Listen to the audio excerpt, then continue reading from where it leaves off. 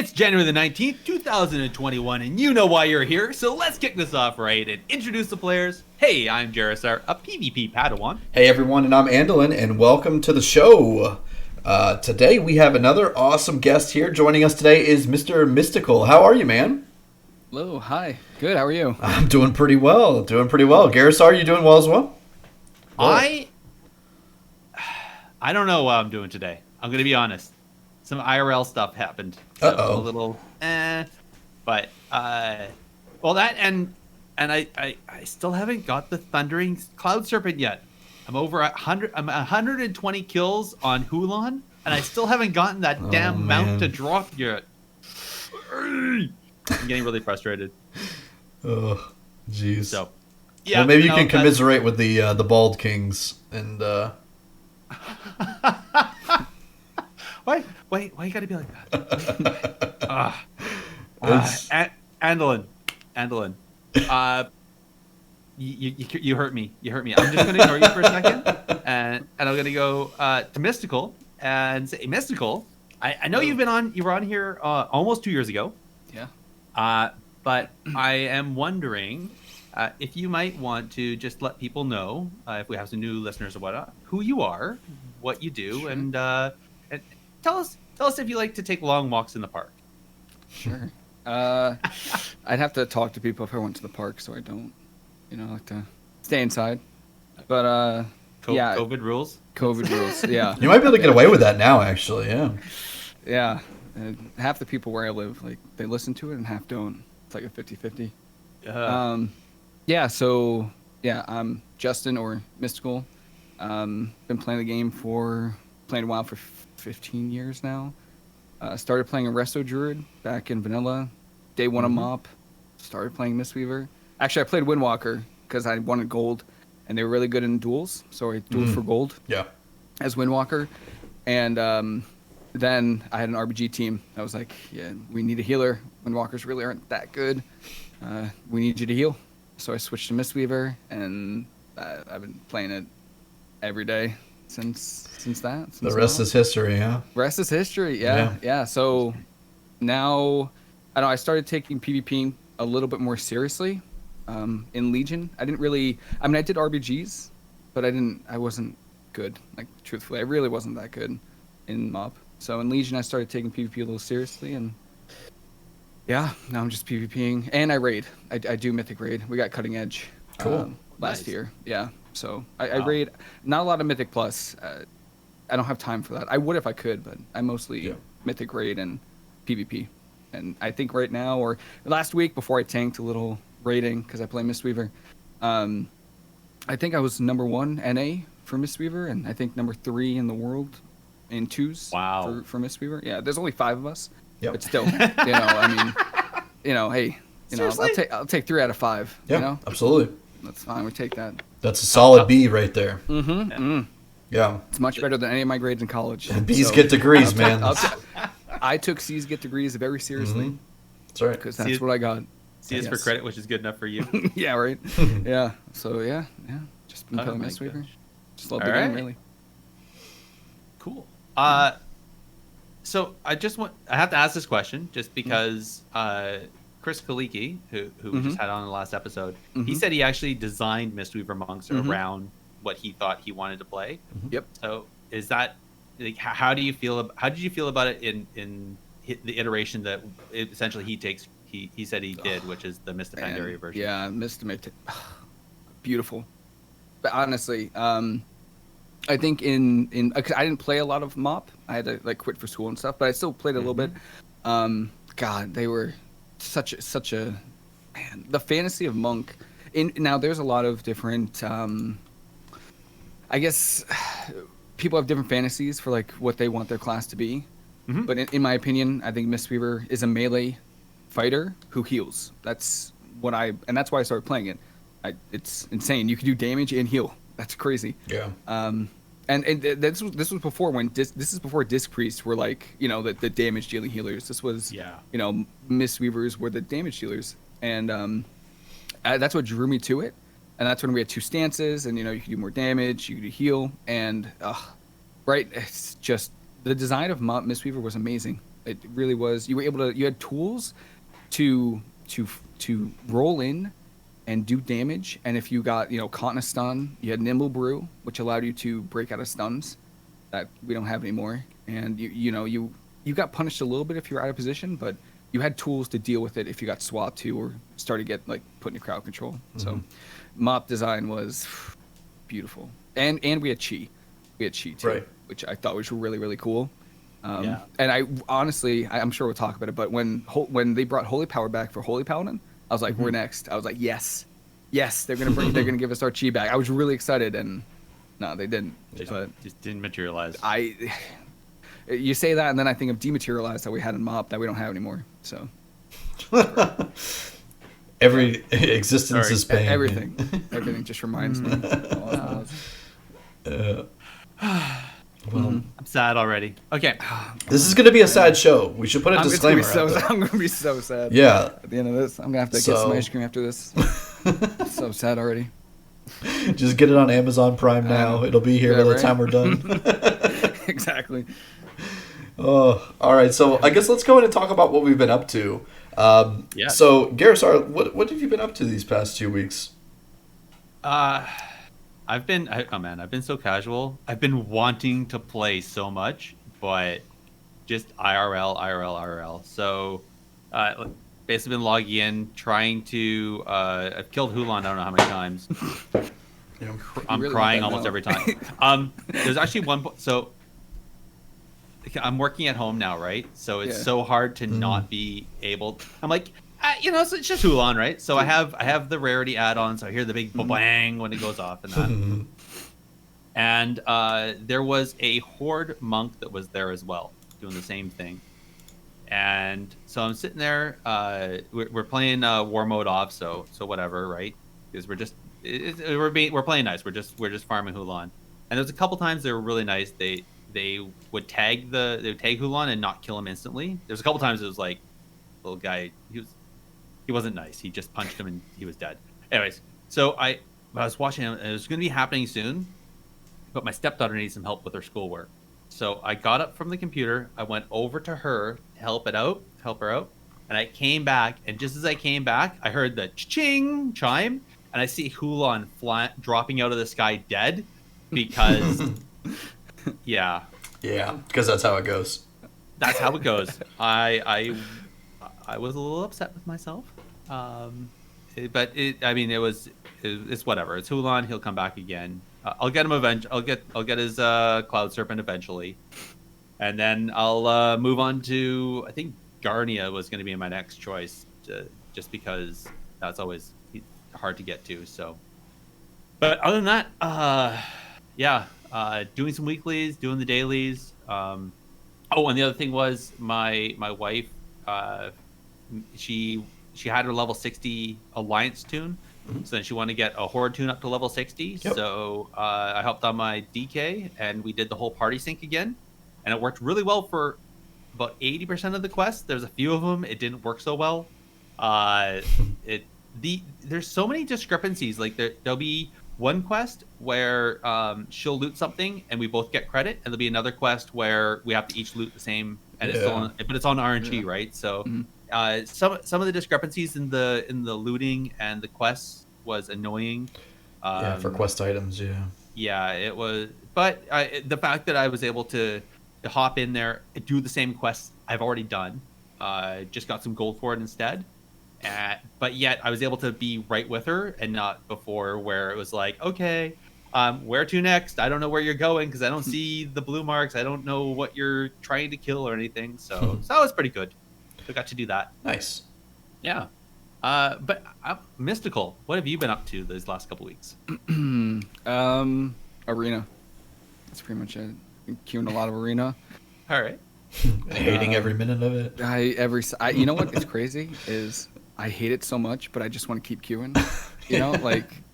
I'm addicted to it. Arena is actually there are some broken things, and Mistweavers are terrible, but I think it's by far the most fun I've had in Arena in a long time. Yeah. What is that? What do you think that is? The pace of the game. Yeah. That's it. I mean, in BFA, we would lose to Mage Lock but we'd lose 15 minutes into the game, 15, 20 minutes, and then now I just die in the first stun. So now the games are fast. 20 seconds, I'm dead, and then we just queue back up and lose again. Yeah. So, yeah, and then also my guild's progressing on Mythic Hungering Destroyer. Yeah, I think that's it. Cool. Yeah, so Yeah. pretty much it. Yeah. What CR are you sitting around with this win-lose streak? 2400. Oh, Yeah. that's Yeah. still up there. I mean, I like think it was 2400 in threes and 2400 in twos, and then I lost like 150 points in one night in twos, and now I'm just trying to climb back up. Yeah, it's rough. It's Ouch. rough. That hurts. Once you start losing, it's like, well, all right, just keep back up. Yeah. Just keep losing. So, and then that was also like the night there was like a fire mage bug or something. And I got one shot like 3 games in a row to like 40k pyros in the first 10 seconds. I was like, My all right, goodness. let's just keep losing Yeah. it. Let's just keep losing. I needed to queue that night. Jeez. It's a tough night.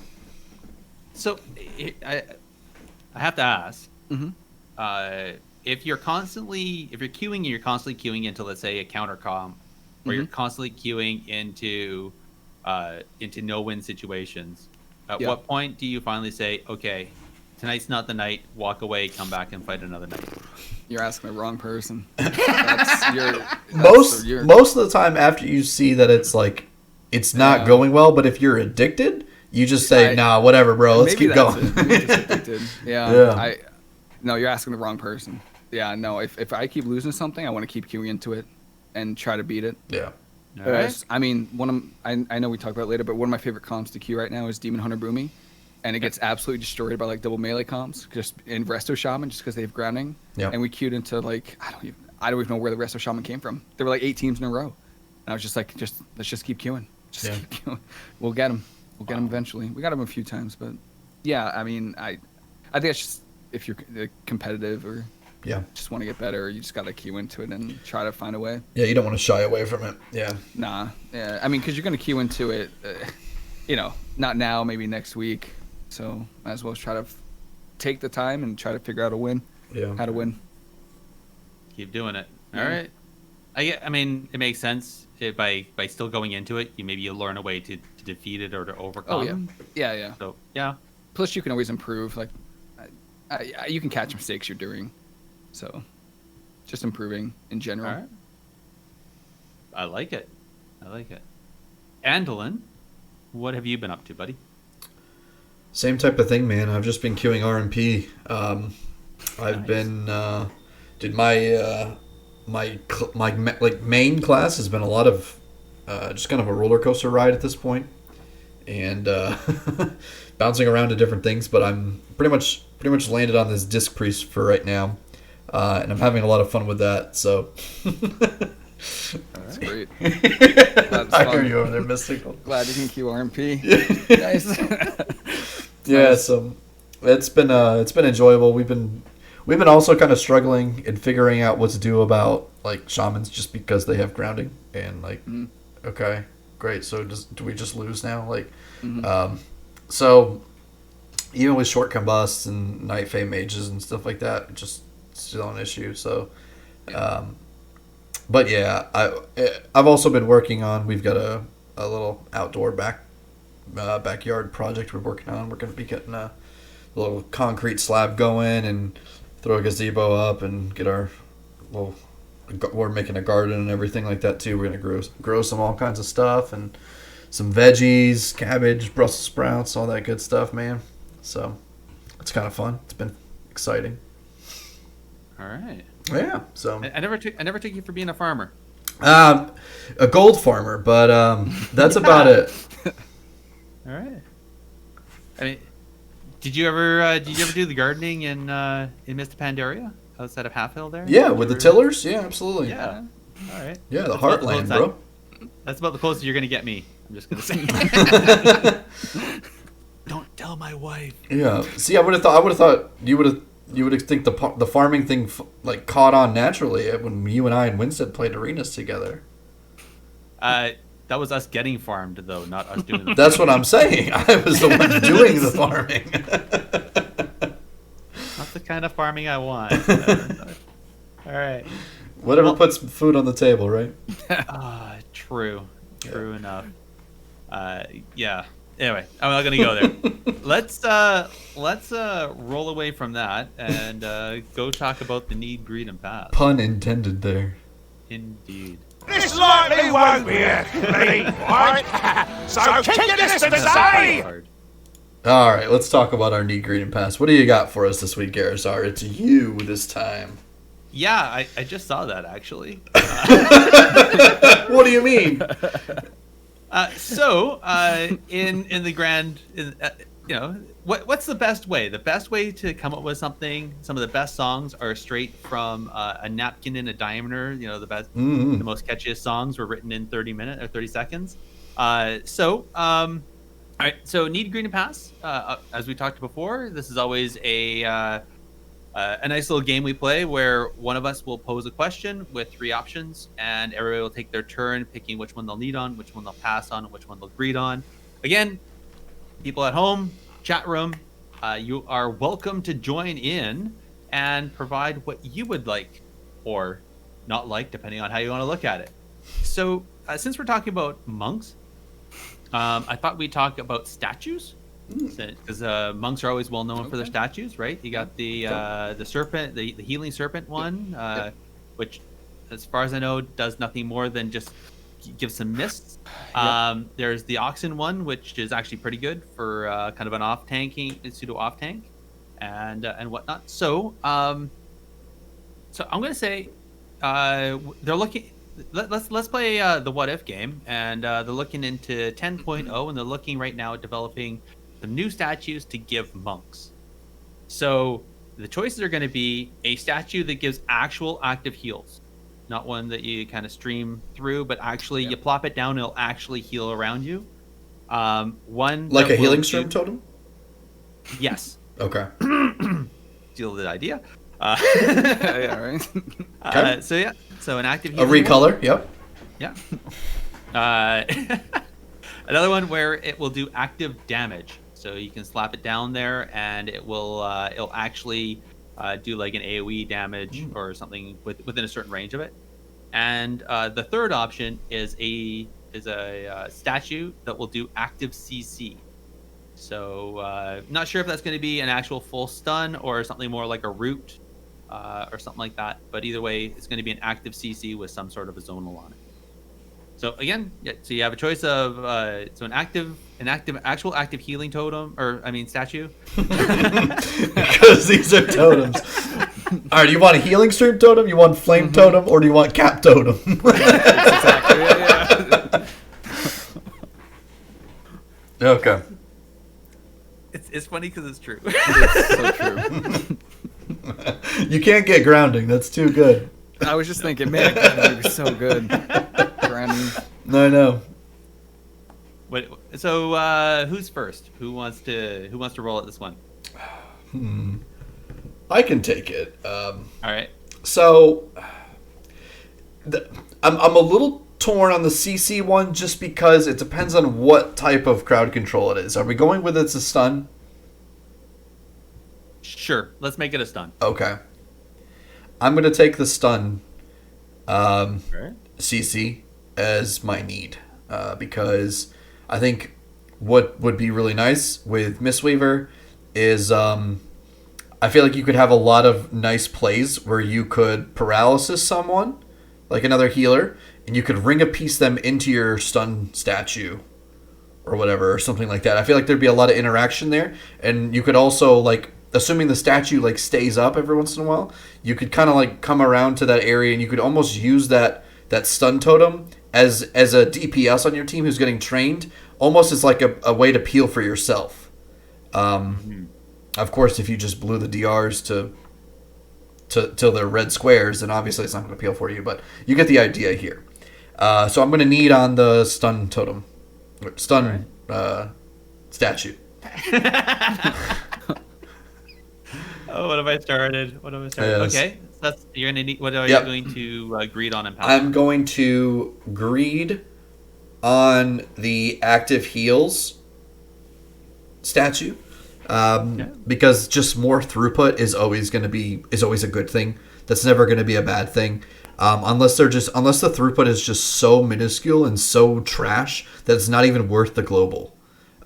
Which honestly I wouldn't even put by Blizzard, because sometimes that's very much true for a lot of our abilities, and especially some of the abilities that when I remember playing Mistweaver Monk too. So Well, they just gave us Yulon, which is exactly that. Yeah. A waste of a global. Yeah. So, yeah. You're right. yeah. So I guess that means I'm going to pass on the damage totem or statue. Jeez, Gerissar, what have you done? So I'm going to pass on this just because, like, depending on the comp you're playing, you might be breaking CC with it. It provides your team a way to, like, if you're playing with a shaman or something, like, or like someone lands a fear and they just, like, your statue does damage to them, I'd be like, dude, just don't put your statue down. Like, please, your statue through the game or whatever. Like, you know. All right. So that's my answer. All right. Mystical. Oh, I'm needing damage. Oh yeah. All day. Yeah. Okay. Like, if I could do damage, I'll do it. I love it. I wish we did more, but we don't. I don't care if it breaks CC. I'm doing There it damage. is. No matter what. Mistweaver Turbo. There it is. Yeah, right. Dude. Exactly. Let's go. Exactly. And then I will greed the CC one. CC would be, and more CC is nice. I really like that. All right. And then I'll pass on the healing because it would definitely be a waste of a global. If I know if they're continuing the direction. Yeah. To waste of a global, 100%. All right. Yeah. Okay. All right. For me, not having a schmick of a clue. Haven't played Mistweaver. Don't want to. Gee, I would wonder why. 'Cause I like to do damage. But just from what I've heard of a lot of players saying that healing, there's just no throughput there. I would have thought that a healing totem would have been, sorry, healing statue would have been more appropriate, just to get that further more throughput, and then also allow for healing to still occur when you're still sitting in a stun, which, if I'm not mistaken, is also an issue for monks where they're sitting in, get CC'd and then things die. So if I was knowing me, that'd be an issue. So that's what I would need on. And then I would definitely greed on the stun, because I can see that being very handy. And I'll pass on the damage. I think, yeah. Too bad. Damage is fun. I don't disagree. Yeah. That's why I have a Windwalker monk and not a true. Mistweaver Yeah, I monk. was about to say, you just reach back. Yeah. Yeah. All right. That's always a fun little game. Again, for those listening right now, drop in what your thoughts are into Twitch chat. And if you're listening at home after hours, by all means, send in your answers, technicallypvp@gmail.com, or tweet it to us at technically_pvp. In the meantime, let's look at what's the upcoming event. Get in there and fight! Stop hiding! All right. Yeah, let's talk about him. Yeah. So Andallyn Gaming, he's still doing his 5v5 1v1s. That guy just loves doing those things. So I watch him every day. yeah, Every day on YouTube. Every single day. nice. I love it. Yeah. I caught a few of them, but I can't. It seems like whenever he's doing them, I'm not home. It's Yeah. like- Yeah. We got to queue for a little bit with Dalaran. We were just literally rogue surfing through LFG, and we pulled in Dalaran, but his name was Dalaran, so I just thought he was like any other rogue. And then, like 10 games in, I'm like, wait, are you Dalaran Gaming? So I told him I'd give him a That's shout so out cool. on the podcast. So not that we don't shout him out every single time, but you know, well, yeah. yeah, That's awesome, though. yeah, it was That's fun. awesome. It was fun. Did you guys win? Oh, of course. Yeah, we won some games. Okay. I hope so. I had to ask though. Maybe he's a masochist like Mysticall and just keeps losing 10 games in a row, anyways. Just, Well, I mean, we did that too, but I mean, like, yeah. And then hop right back in LFG. Start it over. That's right. Yep. why not? That's right. That's all good. Flark, I know he took a hiatus. I haven't seen anything new on that, so I'm gonna say I'm not expecting to see any tournaments coming from him in the near future. I saw him But as doing soon as RBGs last night with viewers, though. Yes, yeah. So he's gone back to doing his weekly RBGs with viewers. He's still doing his twos with viewers, helping people learn and get cap Yeah. or gain rating that way, which is awesome. Mm-hmm. And again, I think we've mentioned it before, but yeah, it's not just him. Like he has a whole crew of people over there at the Synergy Discord, a whole stream team now, and everything else. So, Mm-hmm. and as far as I know, a bunch of them are also helping out other players. So unfortunately, when we find out about the tournaments, that will come up. And in case anybody didn't notice, the WoW esports kicked back up starting last weekend. I think we talked about that last show briefly. And again, that's going to be rolling through. We got the first cup of the MDI, or in this case, it's truly the Mythic Dungeon International. It's a fully global. There's no real region as far as I understand. Yeah. That is starting this weekend, and then we're rolling through to the rest of the AWC and MDI Cups from now pretty much every weekend until the middle of March. I did notice that there is a slight break right around a weekend in February. Mm-hmm. So I don't know what's going to happen there around the 19th, 20th. Do you guys know anything that's happening around that time? I don't remember there being a break. No. And I'll have to check that schedule again because I don't remember Oh. that. But maybe I missed that. It's because BlizzCon Online is happening that weekend. Right. So no official esports that weekend, which makes me wonder. Like, obviously, I guess they don't want to compete against Of course, what yeah. is happening on BlizzCon Online, compete for viewership. Yeah. I'm really hoping, not that I know anything, but I'm really hoping that there might be maybe something, an exhibition or something like that. Maybe like a raid race, or I don't know. We'll have to see. Well, we'll see what the schedule comes up with. There was another hint to build the hype just today, reminding about BlizzCon Online. So we'll see what comes up there. Maybe they'll nerf Convoke.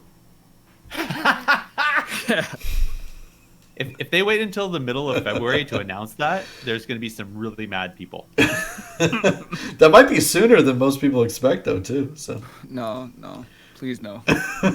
That's my win condition, please. Yeah. Do you know how many games I've won in the opener in threes to Convoke? no. Just please, that's how we win. So God. I Word of Glory, then. We'll go with Word of Glory. Nerf Word of Glory. Oh, you know what? Yeah. Yes, please. Actually, I'm hearing some paladins actually saying nerf it. That Oh, it's yeah. almost too Yeah, strong. yeah. And also they're tired of people complaining about it. Yeah. So I was under the impression that yes, understanding that Convoke does obviously if you get the first half second is the full moon, and then it rolls into some of the other spells. Like a Star Surge. Yeah, Star Surge, and that'll pretty much obliterate somebody. Obviously, that's a bit of the roll of the dice, which spell comes up first or second in that. Mhm. But I was under the impression that there's been some people that found the workaround on that, where between kicks or lines or I don't know what. But am I wrong on that? Is there actually no way to counter the Boomkin Convoke? Oh, no, there absolutely is. I mean, you could even see it in the AWC. Like, if Convoke was really that strong of an ability, I mean, so many more people are going to be playing it into a tournament, right? You're at least going to have it in the bag. Like, it's like, okay, we're 0-2. The last thing we could do is maybe just like come out with a Boomkin Rogue or like a Boomkin Windwalker, and just try to hope for like a cheese kill and get us back in the series or something like that. But I don't think we saw that. So, I mean, we saw, was it Cloud9 that played a Boomkin? Mm-hmm. Yeah. Yeah. And there was a Kyrian Boomkin on EU, right? Oh, I remember really? seeing a Kyrian. I don't know if it was EU. I remember seeing a Kyrian Boomkin, and Kyrian's just as good.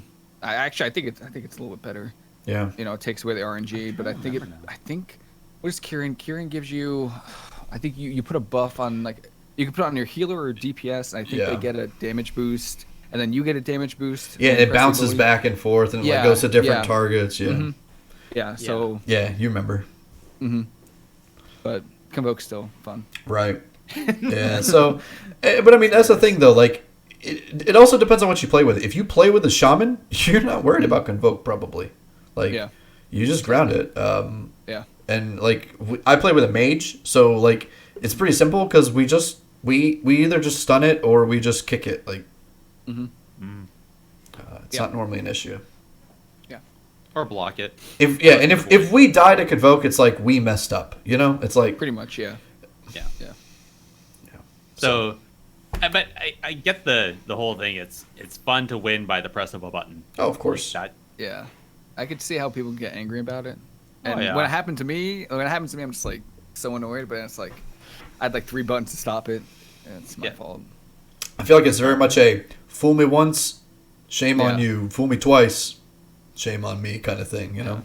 Yeah. True that. All right.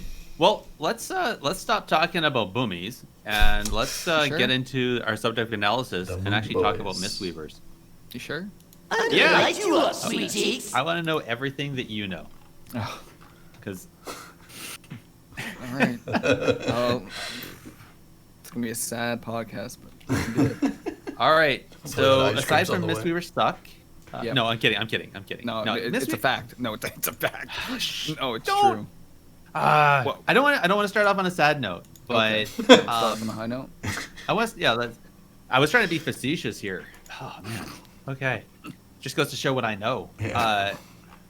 How about this? So Mistweavers, a lot of classes haven't changed. Like they hadn't changed a lot, especially after the great pruning of warlords, and now we're back after BFA. There was supposed to be the great unpruning.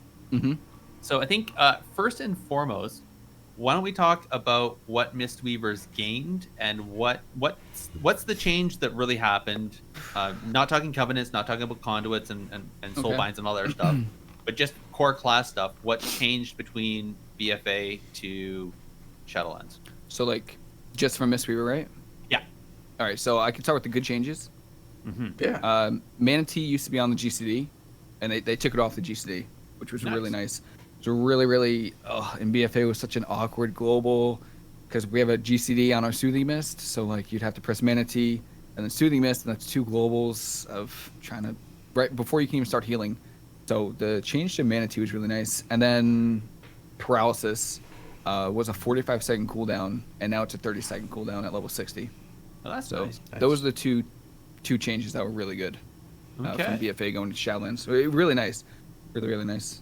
We got Expel Harm back. Yep. We got it back. Or I think Brewmasters had it, and Windwalkers had it, and then Mistweavers got it now. Yeah. It's a solid heal. It's pretty good. You could use while channeling Soothing Mist at level 60. Yeah, so that's really good. And we got Touch of Death back.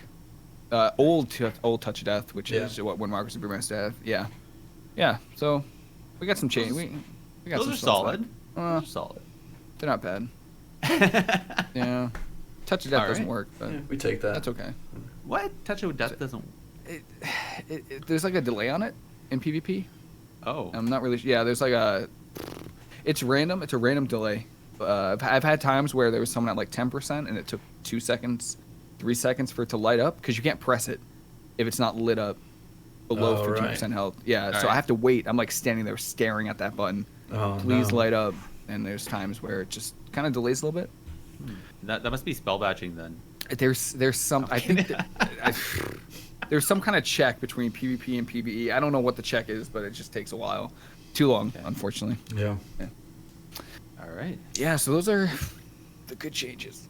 All right. What's these other changes that you're God, Fortifying Brew, gutted. Just our main defensive nerfed from 1.5 minutes in BFA to 3 minutes, and then they nerfed the damage reduction on it as well, and then they nerfed the health you gain. So it's double the cooldown. That's just worse than what it was before. That was like our primary way of living, and it's so bad right now. So bad. There is a conduit that buffs it, but it doesn't help, unfortunately. Okay. Yeah.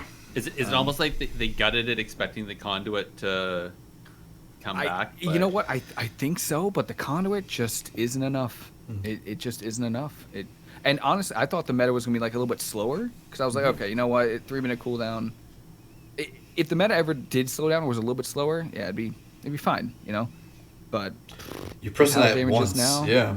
Yeah, I mean, I died through it. I mean, I used fortifying brew before like a Jeez. kidney shot. I died the other day just to combust with fortifying brew up before CC on me, and I was just like blown away. Yeah, you even Wow. yeah. Yeah, I couldn't believe it. And then I like the most disappointing change, but I still like using it is the Chi-Ji and Yu'lon change that they did. The little, do you guys know about the Chi-Ji Yu'lon change or? No. I don't. So we used to have Way of the Crane. Right. Yep. Which was Legion and BFA would Way of the Crane. Way of the Crane, it cost 25% of our mana, increased our damage, but it did a ton of healing. Yeah. They overhauled it. They call it Invoke Chi-Ji, and now it's just not even what it used to be. It doesn't increase your damage. It costs I think 5% of our mana, but it just doesn't increase our damage. You build up charges doing damage. It just takes so long to get any healing out that your team's dying while it's up. It's unfortunate, really. And then it also, there was the niche situation in BFA was it removed roots. So versus Balance Druids, you could use Crane in Root Beam, Right. which was cool.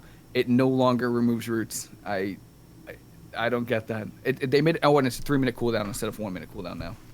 So like we have another 3-minute cooldown that's like nerfed and worse than what it was before. So. And this one doesn't have any conduits to make it better. No, not to increase the healing of it. No, just to reduce the cooldown on it, and that's only if you're using Rising Sun Kick. So I use it in raids a lot. It's actually kind of useful on like Hungering Destroyer. I actually use it on Hungering Destroyer. It's really really good. In PvP, it's not going to get used ever. No. Okay. And then Yu'lon is, I don't know what she does. She doesn't do anything. I swear she doesn't. I don't know. Just like in game, she just flies around and. She can eat 100 traps, but she doesn't even do that half the time. So. I really. There's some games I don't even press her. That's a 3-minute cooldown. I don't even press her some games. It's kind of sad. Yeah. Sounds like me and my anti-magic shield. All right. Speaking of that, whatever happened to Song of Chi-Ji? Song of Chi-Ji I use in 2s. Okay. It's still use there, that. right? Yeah, it's still there. I use it in Still 2s, there, never okay. 3s. Yeah. I'll die if I don't use Ring of Peace. Sure. Please. Yeah. 100%. Yeah. All right. It's probably still So but yeah. Sounds like the talent discussion is going to get a little heated when we get to that section. God, it's so painful. It really is. All right. Well, So I always like to do this. I think Andallyn always shakes his head every time I do this, but I like to do it. So the 3 roles we always talk about. There's the damage roll, the healing roll, and then the support roll. Obviously, Mistweavers, they can do some damage, right? You can push some buttons and punch them in the face and maybe give them a bloody nose. Yeah, right? we can crit for like 800. Yeah, you can take their shields off. Yeah. Yeah. And obviously they're there to heal, so ta-da. Yeah. And then for support, so what kind of support are they bringing? So there's paralysis we talked about. Yep. Leg sweep. Which is our stun. Okay. Yep. And then the only thing I can think is Song of Chi-Ji, which is what I use in 2s sometimes. And then we have a disarm. So if you spec into the PvP talent grapple weapon, we have a disarm. Yeah. All right. Yeah. That's I'm not gonna lie. That's not very much. No, it's not. It's nothing. I mean, compared to some of the classes that man. Okay. Yeah. Sorry. Okay. I'm trying to be positive here, but I am too. You don't have to play it though. I play that spec every day. yeah. Painful. I got hit for a 12k hammer grab from a holy paladin. Holy paladin. Yeah. 12k. Yeah. I crit And for 800. Yeah. Yeah. Ouch. And two of your CCs for support is through talents. Correct. Yes. So if you didn't talent for that, you wouldn't be able to do it. Yep. No, leg sweep is baseline, but yeah, Song of Chi-Ji. Yeah. and just I couldn't, and then grapple weapon. Yeah, I couldn't if I didn't spec into it. Yeah. Yeah. Right. So without those talents, you'd be able to paralyze and leg sweep. Correct. Yes. Now, mind you, so paralysis. That one's pretty strong though, right? Mhm. Like, No, I like it. The 30 seconds. It was 45 seconds in Yeah. BFA, and it was, God, it was brutal. But the 30 seconds, really nice, really Yeah. nice. Yeah, no, I like that a lot. and leg sweep is actually pretty strong if you can get on top of the people. If you can get 3 people, it's golden. If the other team makes a mistake, or if they're close enough where I can ring a piece them into like a double leg sweep, then yeah, it's really good. Yeah. Yeah, it's like I play with the Balance Druid, and if I can get if we can get a root beam and somehow there's like 2 or 3 of them are stacked, and I get a leg sweep off that, it's pretty much the game's over. Okay. But yeah, it So- comes down to the other team making a mistake, Fair enough. or you have to see it. Like you can see, oh, they're stacked. Let's roll in. Mhm. Yeah. Get a leg sweep. But don't go too far. You cannot. You will die. You will. No. You will. I've lost so many games just trying to roll in and get a leg sweep. Coming in, guys. But no, I just get swapped to him like a cheap shot and die. Yeah. Sorry. That if anybody doesn't know, there's a bit of a joke in Mysticall here. I mean, I've had some very interesting conversations offline in DMs about how he really wants to cancel rollback. To get that back, the ability to cancel roll, because right now if you push roll, you go until it's done. So if you're rolling 10 meters or 10 yards and they're 5 yards, you go right past them. I just need to know why. That's it. Yeah. I just need to know why. Just the I know, reasoning. I understand it. I'd love to God. know why too, like, because I think you've mentioned it. I know I mentioned it on social media a couple times. I just need to know. That's it. I just need to know. If you're not going to let honestly- us have it, why? I feel mostly bad for the Windwalkers because roll and then like cancel roll and I like kick know. was just, oh my God, like so good. I mean, right now I don't feel bad for them. You kidding me? Yeah. I die in a half leg sweep. It's crazy. Like those guys do Yeah. so much damage. But like Yeah. before, when I didn't know they did a lot of damage, I felt like cancel roll kick and like you can cancel roll through evasion and leg sweep the rogue, or do the same thing to Fist of Fury. Like that stuff I thought was cool, but I just it's for Mistweaver it's hard because I can't press a button when Chi Torpedo's up. I know it's a 1 second, but if I'm trying to roll, let's just say, like, because it's happened to me quite a few times, if I roll while a mage is casting polymorph on me, I can't cancel roll and port. I just get polyed. Stuff like that. And there's been time I can't use Life Cocoon when Chi Torpedo's up, so if I Chi Torpedo and then try to press Life Cocoon, and my teammate's just going to die because I'm in Chi Torpedo. I can't press a button. You CC'd yourself, yeah. Yeah, exactly. For what, a Interesting. second? Yeah, Yeah. that's the hardest part to deal with. Like the mobility, like I really like to have the mobility, but you can't press a button when you press Chi Torpedo or roll. So So that's really That's the rolling hard the part. dice. Mhm. Yeah. Yeah. Yeesh. All right. Yeah. Well, hopefully, hopefully they answer. Maybe Chris is watching this and he'll write in and let us know because Yeah. he was there, right? I think that what always added insult to injury was we were playing against the Mistweaver Monk, and we found out that the the Mage Legendary actually puts a stronger shield on the Mage than Life Cocoon. stop. When I queue into like Rogue Mate, I've queued into Benruki the other day, Yep. and Vanguards. Oh gosh. We could not kill either of them. Yeah. We the game went for like 5 minutes. We couldn't kill, the mage did more healing than me. Like what?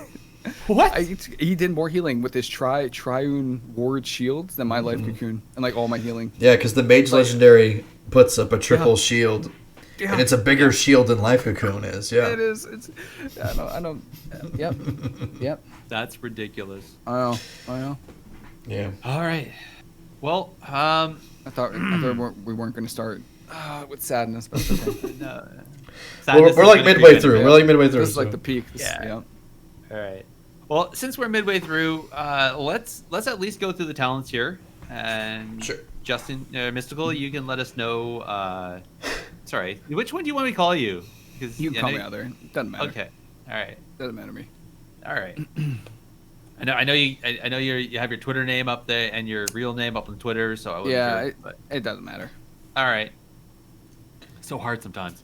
Yeah. So let's talk about talents. Let's see why we pick why you pick what you pick, and maybe we can help inform people why not to pick something that looks good but actually isn't. Sure. So, yeah. all right. So Cool. first tier, you got your Mist Wrap. So that still increases your enveloping risks that miss by 1 second, and the bonus healing by 10%. You got your Chi Wave. So that lobs that little Chi through your friends and foes, and it will heal your friends and hurt your foes. And it bounces up to 7 times within 25 yards. It's pretty good. That sounds pretty cool. And then you got your Chi Burst, which also that just hurls a big chunk of energy after a 1 second cast up to 40 yards forward, and it will again damage enemies or heal friends. So, which one is the good one, and which one is the don't even touch it? Always Mistwrap. Really? For the first tier, yeah. I've tried. I love doing damage. I've tried Chi Wave. It can break CC. It can break your incap or your paralysis. It doesn't do a whole lot of damage, but Mistwrap 1 second addition to Enveloping Mist, which is our best hot, and then increase the healing of it. It's just too good. I've tried situations where if you're playing against a team with a lot of purges and they're going to purge Enveloping Mist, but even if it gets purged, a few ticks of Enveloping Mist is still better than Chi Wave, and I've never used Chi Burst in Arena. You have to cast it. It's like a 0.9 second cast. It says 1 second here on Wowhead. 1 second. So, yeah. Plus haste. So yeah. It would be cool if it was instant. I would try it out if it was instant, but 1 second cast. It's just too much. Yeah. Yeah. I can imagine that would really suck if you're Chi bursting and you got kicked on that and you got locked out of. Yeah. Okay. Yeah. All right. I like how Whoopi writes in his Wowhead guide.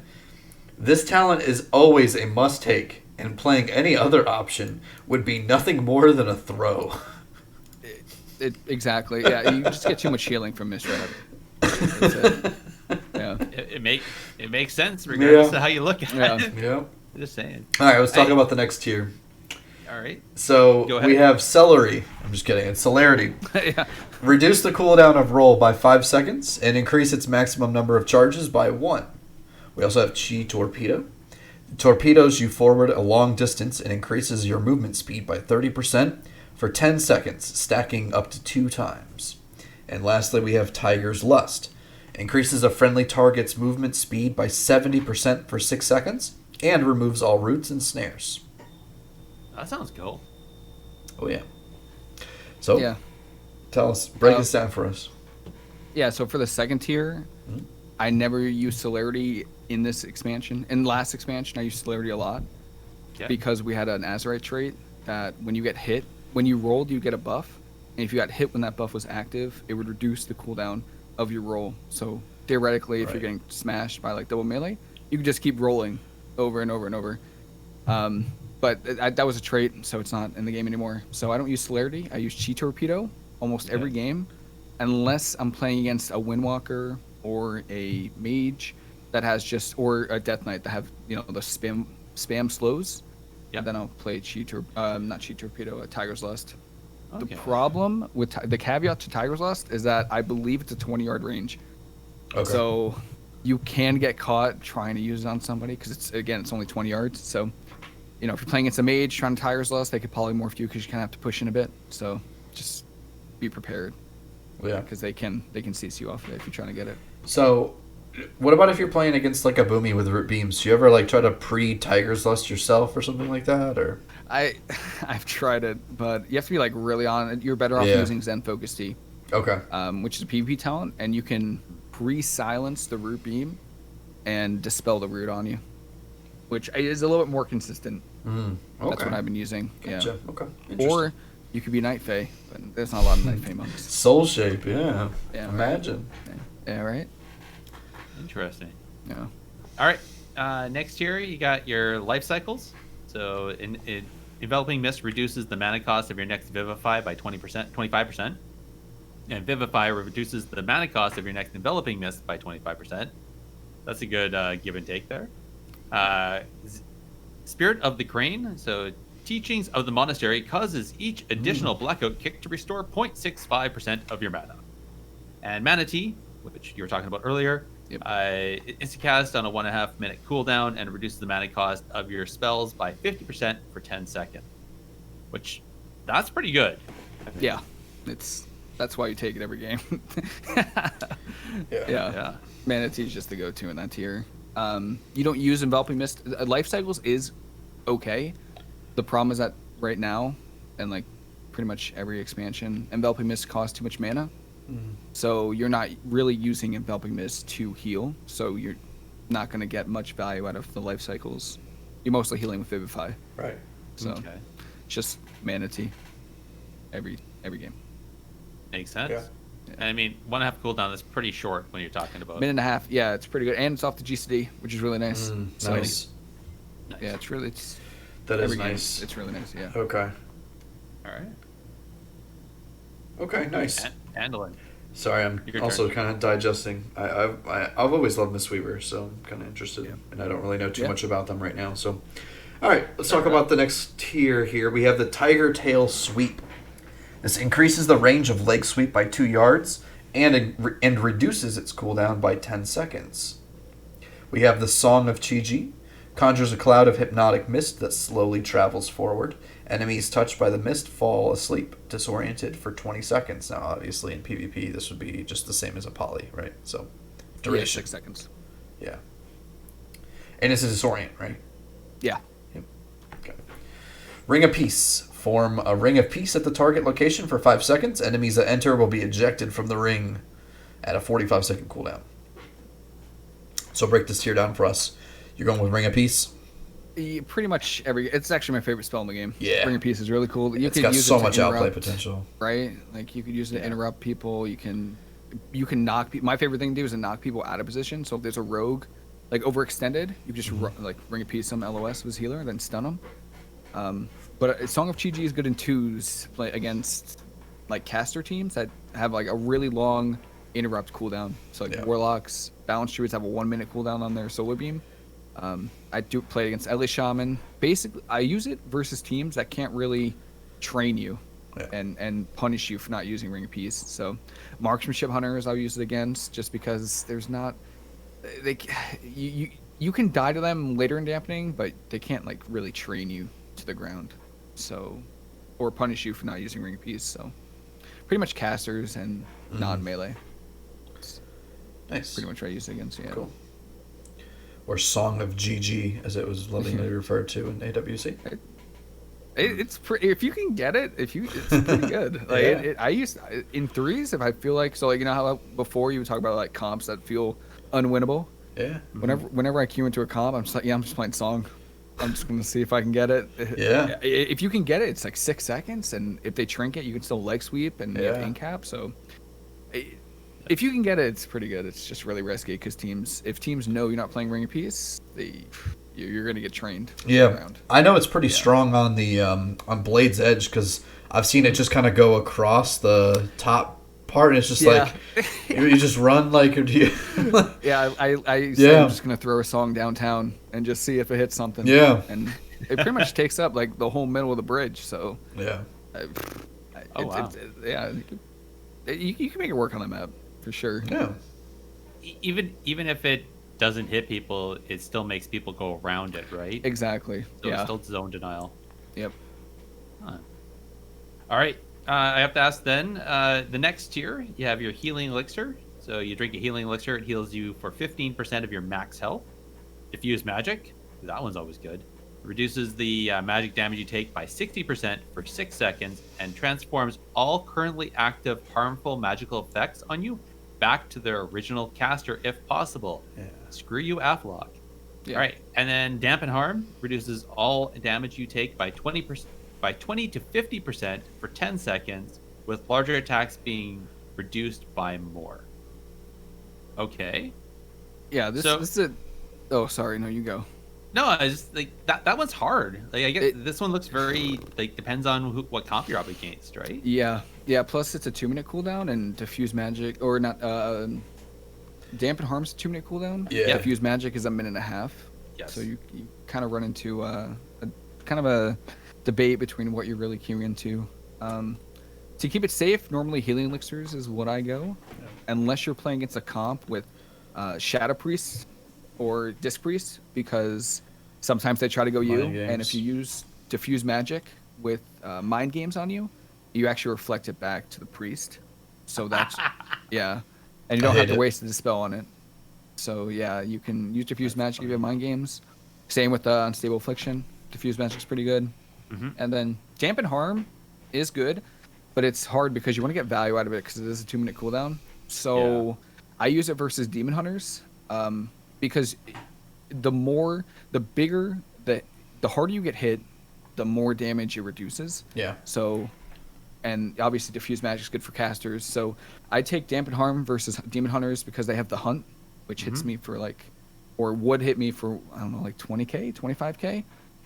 If you use dampen harm before the hunt, it hits for 10 or 15k. So you can live. Yep. Long enough to that's like significant. to like pour it and get away. You could use it versus warriors too.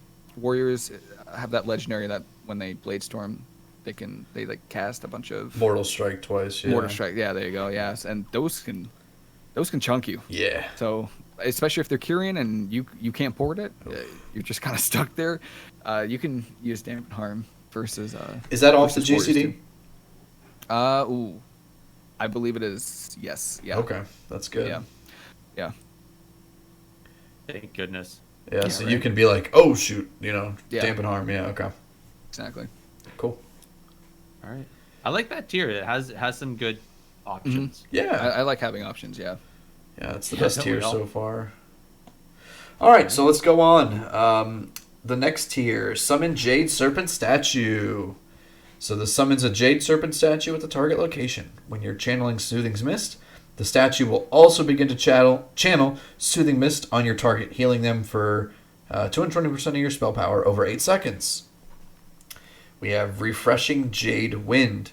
Summon a whirling tornado around you, causing healing over 9 seconds, up to 6 allies within 10 yards. And then we also have your favorite, the Invoke Chi-Ji, the Red Crane. Summon an effigy of Chi-Ji that kicks up to a gust of mist.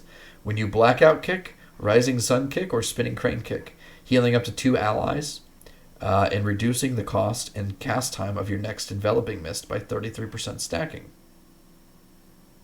Got it. Chi-Ji's presence also makes you immune to movement impairing effects. All right. Yeah. Am I reading that correctly? Healing up to 2 allies for 0.1% of your spell power? I'm not reading it wrong. I have no idea. It doesn't do a lot of healing. It really doesn't, unfortunately. Ugh. Right. Yeah.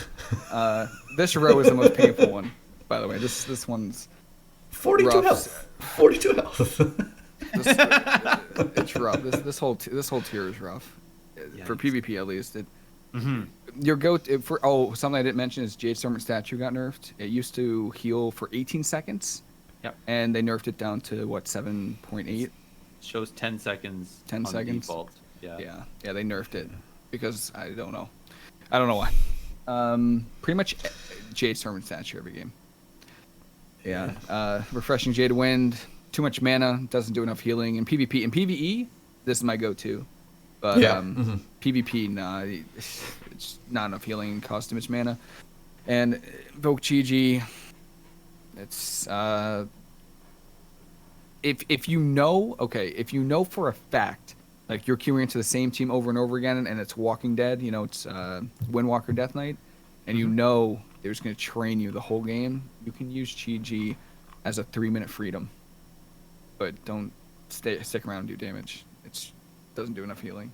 No. So it's a 3-minute freedom. Or any healing, it looks like, yeah. Literally 0. So yeah. All right. 0.1%. Yeah. Yeah. Makes sense. Yeah. So knowing that we may actually see some people using this invoke in, let's say, AWC because they know the comp they're going up against, they know what to expect on that team. Yeah. But again, like you said, it's just going to be more to just get away, not to. Yeah. It's definitely not to like be aggressive, which I wish it was. Yeah. You know, Yeah. It needs to but be. even honestly, even if you know the team's going to train you, you might still be better off using Jade Servant Statue for the passive healing. Yeah. Yeah, I think the passive healing from Statue is just really good, even though Alright. it's got nerfed. All right. That's And then so unfortunate. Yeah. Yeah, gutted. I'm hearing this often where this got gutted, that guy. It's just like Yeah, keep dropping you down from. it just yeah. All right. Last but not least, the last year you got the Focus Thunder. So Thunder Focus Tea now empowers your next 2 spells. Upwelling. So for every 6-second Essence Font spends off cooldown, your next Essence Font will be may be channeled for an additional second. The duration of Essence Font's heal over time is increased by 4 seconds. And last but not least, Rising Mist. So your Rising Sun kick heals all allies with your Renewing Mist, Enveloping Mist, or Essence Font for 28% of your spell power, and extends those effects by 4 seconds up to 100% of their original duration. That actually sounds like Rising Mist sounds kind of cool if you're getting aggressive. You're shaking your head at me though. No, not good. No? It's not good. No, it's not enough 20%, healing. 20% of your spell power, and it extends those other cooldowns. No, because the only hot you use in PvP is Renewing Mist. You're not really using Enveloping Mist to heal, and you're definitely not channeling Essence Font ever. Yeah. It costs too much mana. Again, Oh. we just have so many mana issues. It's just Renewing Mist, and your go-to for that is gonna be Focus Thunder.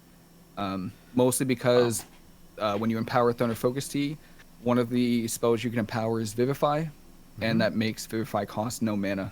So you get 2 free Vivifies. It's really good, really really good, especially since now we have a lot of mana issues. So yeah. How many Vivifies would you have to use to top somebody save from 50%? One of your teammates. 1, 2. Just one? It depends on if the other team has a lot of uptime. Like if it's a warrior, it's gonna take me 3 probably. If they use Sharpen, it'll take me 4.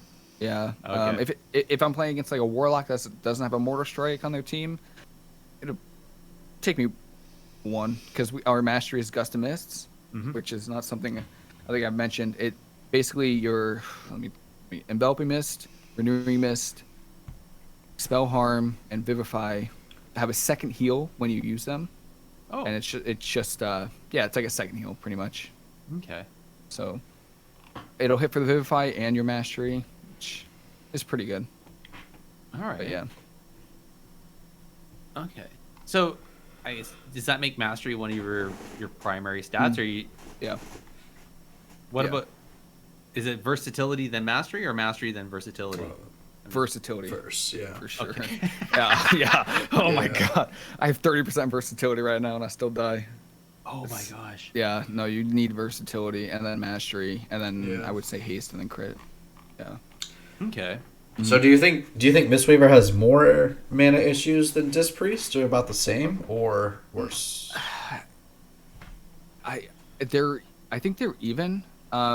It depends on Okay. it's hard because you have Power Word Soulish, right? That gives you mana when you Soulless or Mindbender, yeah. Okay, yeah, or Mindbender, right? And we have Mana Tea, so we can't ever gain mana. We can reduce the mana cost of our spells, but we can never gain mana. You can with Spirit of the Crane. Yeah, right? Yeah, if I'm not dead by then. So I think they're equal because I know Disc Priest. So Okay. Disc Priest, it's like it depends on the matchup. So if I'm playing against RMP and I'm playing like Turbo, you're gonna run out of mana way faster than me because I'm sitting CC the whole game. Yeah. The whole I'm in Fears, Polys, That's Stuns all game. good point, But yeah. you're not. You're healing the whole game, so you'll run out of mana way quicker than me. But in twos, I've run into some good Disc Priest, Disc Priest Warrior versus Mistweaver Warrior, and I've run out of mana just because you have more damage than me. So I think in twos, Disc Priests have the advantage, but in threes, I think Mistweavers. Mana advantage. Yeah. Okay. Yeah, that makes Yeah. sense. Interesting. So now I have to ask the question: Is should I have thrown in a mana totem? I mean, a mana statue. Yeah, in the- right. Yeah. Yeah. I actually beg my Resto Shaman in raid, please. A just whenever you Manatide totem. can. Yeah. My Balance Druid, I whisper before the raid, please, man. Just whenever you can, just give me an innervate. Please. I need it. Just on I'll the end the cooldown. fight. I'll get like 3 innervates in a fight and still be like 2% mana, while the Holy Pally is at like 80. Yeah. I'll Hasn't- thank my Balance Druid, like, thank you so much. Hasn't casted anything except a Divine Fave heal here and there. Yeah, right. Oh, God. Yeah. Yeah. Holy shocks. Jeez. All right. Oh, you guys are crushing me. I want to stay upbeat here. Okay. How about I love Mistweaver so much. Like, even though we're bad, I love it so much. Yeah. Truly. So. Well, Yeah. and I mean, they can't be No. horrible. I mean, you're sitting No, we're 2400, right? No, we're bad. Okay. No, trust me. Yeah. Oh, it's only because you're that good. All right. No. I mean, I'm okay, but like, no, we're bad. Yeah, We are bad. this is my relationship with certain sports teams lately. Yeah, Yeah. I understand it completely. We just don't have as much as other healers. You know, we just Yeah. don't. No, I recognize that. I pretty much we just heal. That's Mm-hmm. that's the problem we have is, we just heal. And die, That's it. yeah. You know, and die. Yeah, pretty like, I like sometimes I watch Absturge, play with viewers, and they're like lower than him, and he's on his Resto Shaman. I can't wind shear. I can't hex. I can't grounding totem. You know, I can't do all those things. I can heal, but I Yeah. can't do damage. You know, I can't interrupt. I can't purge. Yeah, You know, Pallies, they can rep, they can bubble bop, blessing of sacrifice, freedom, they can hodge. I Yeah. can't. They can even And- do damage. Yeah, they can judge and wipe you out. Exactly. Yeah. Yeah, I can't do that.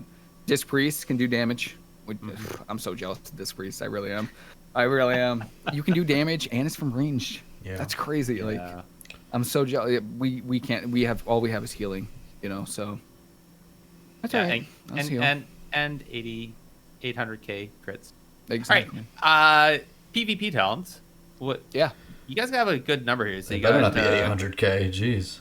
Yeah, you got Chrysalis, you got Counteract Magic, Yep.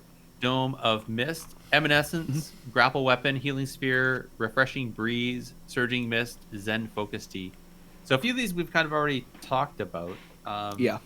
So Grapple Weapon, obviously that's the disarm. We talked about that one. That's it sounds like a go-to for a melee or rogues. Yeah, really good versus rogues Yep. and warriors and death knights. What about Rets? Oh, rep pallies too. Okay. Yeah. Yeah, rep pallies too. Yeah. Yeah. Okay. Mm-hmm. Makes sense. Healing sorry. sphere is really good versus shadow priests and affliction warlocks. Yeah. So why is because now we didn't talk about that last time. If I remember correctly, Healing Spear wasn't a choice, and now it kind of is. Yeah, well, they nerfed Chrysalis. I forgot to mention that too. They nerfed Chrysalis, Oh, so that that reduces the cooldown of Life Cocoon. It was 45 seconds, Yeah. and now it's only 25. Oh, So that happened near the end of BFA because Cocoon was just so damn strong. Skill It was Cocoon. like Yes. yeah, Yeah. that was when no, there were two things. There was Chrysalis, and then there was Burst of Life. And I think they nerfed the Burst of Life trait, which reduced the cooldown of Life Cocoon. And I think it was Okay. a 55-second cooldown. God, those were the days. It was like a lay of hands less than every, it was like every 45 seconds or Yeah, just Yeah. save. Yeah. Amazing. Yeah. Amazing. Yeah. Now they removed Burst of Life because it was a trait, and they didn't make up for it, and then they also nerfed Chrysalis. So Chrysalis can be good. I use it versus fire mages because Combust is really scary, and they can lower the cooldown on Combust. So you can kind of make it match the Combust cooldown, but sometimes they Okay. get it faster. Counteract Magic, pretty good versus teams that have dots but don't have 2 purges. So Counteract Magic buffs the healing of Renewing Mist when there's a dot on you, but you need to have Renewing Mist on you to get value. So if you're playing against a Shadow Priest and like a Resto Right. Shaman, they can just purge it. Yeah. So it's not worth it to play Counteract Magic versus comps with two purges. Okay. Uh, So Dome, I think we've Dome- never talked about that one. I like Dome Mist, but I only use it versus Shadow Priest Mage in 2s. That's it. You don't use Enveloping Mist enough is the problem. You know, like you mostly heal through Renewing Mist and Vivify. Enveloping Mist is very rarely used, and I don't know if it's a bug, but for Venthyr, you know, you have the Fallen Order that puts Enveloping Mist, and when they purge the Enveloping Mist from Fallen Order, you don't actually get the Dome Mist buff, which is a little unfortunate because I thought that would be cool. But What the heck? yeah, for some reason that doesn't affect it. So it's very rare that I use Dome Mist. Yeah. Yeah. So Evanescence, so reduces the Transcendence cooldown. Yeah, double melee. Yeah. Pretty much, yeah. Yeah. Anytime you feel like you can be targeted, use it. Yeah, I every warrior team in 2s, use it. Yeah. Every rogue team in 2s, use it. Any Fair melee, enough. use it. All right. Yeah. So Healing Sphere, we kind of started on that, but then we fell off. So why is this such a thing now for Shadow and Affliction locks? Because they're good. That's it. Like Affliction was really bad in BFA. So, and it's good versus Shadow Priest, but again in BFA, like Chrysalis was a mandatory talent. If the Shadow Priest was playing with like a mage or an Ellie Shaman, you take, you know, Zen Focus Tea and Counteract Magic, and you know, you wouldn't really play orbs. But now that Affliction Warlocks are good and Shadow Priests, you know, their damage is crazy. Right. Healing Sphere, but don't spam it. They cost 1,000 mana per sphere, and you get 3 charges of it. If you spam it, you're gonna run out of mana very quickly. So yeah. this isn't. It's not for the healing then. It's just for the fact that it dispels all the harmful dots. Yeah, and you don't get punished for it. So you're not. If you dispel UA, you get, you know, take that huge damage and then silence. If you run through a healing sphere, you don't take that damage, and it dispels it. So. What? Yeah. Okay. Same with Shadow Priest. If you dispel, you can get feared. If you run through an orb, you don't get feared, and it dispels it. So that's why it's so good. Yeah. Huh. Well, I guess because it's the sphere that's doing the casting. Right. Yeah. Well, not okay. Yep. So what's this Refreshing Breeze one? I take it every game.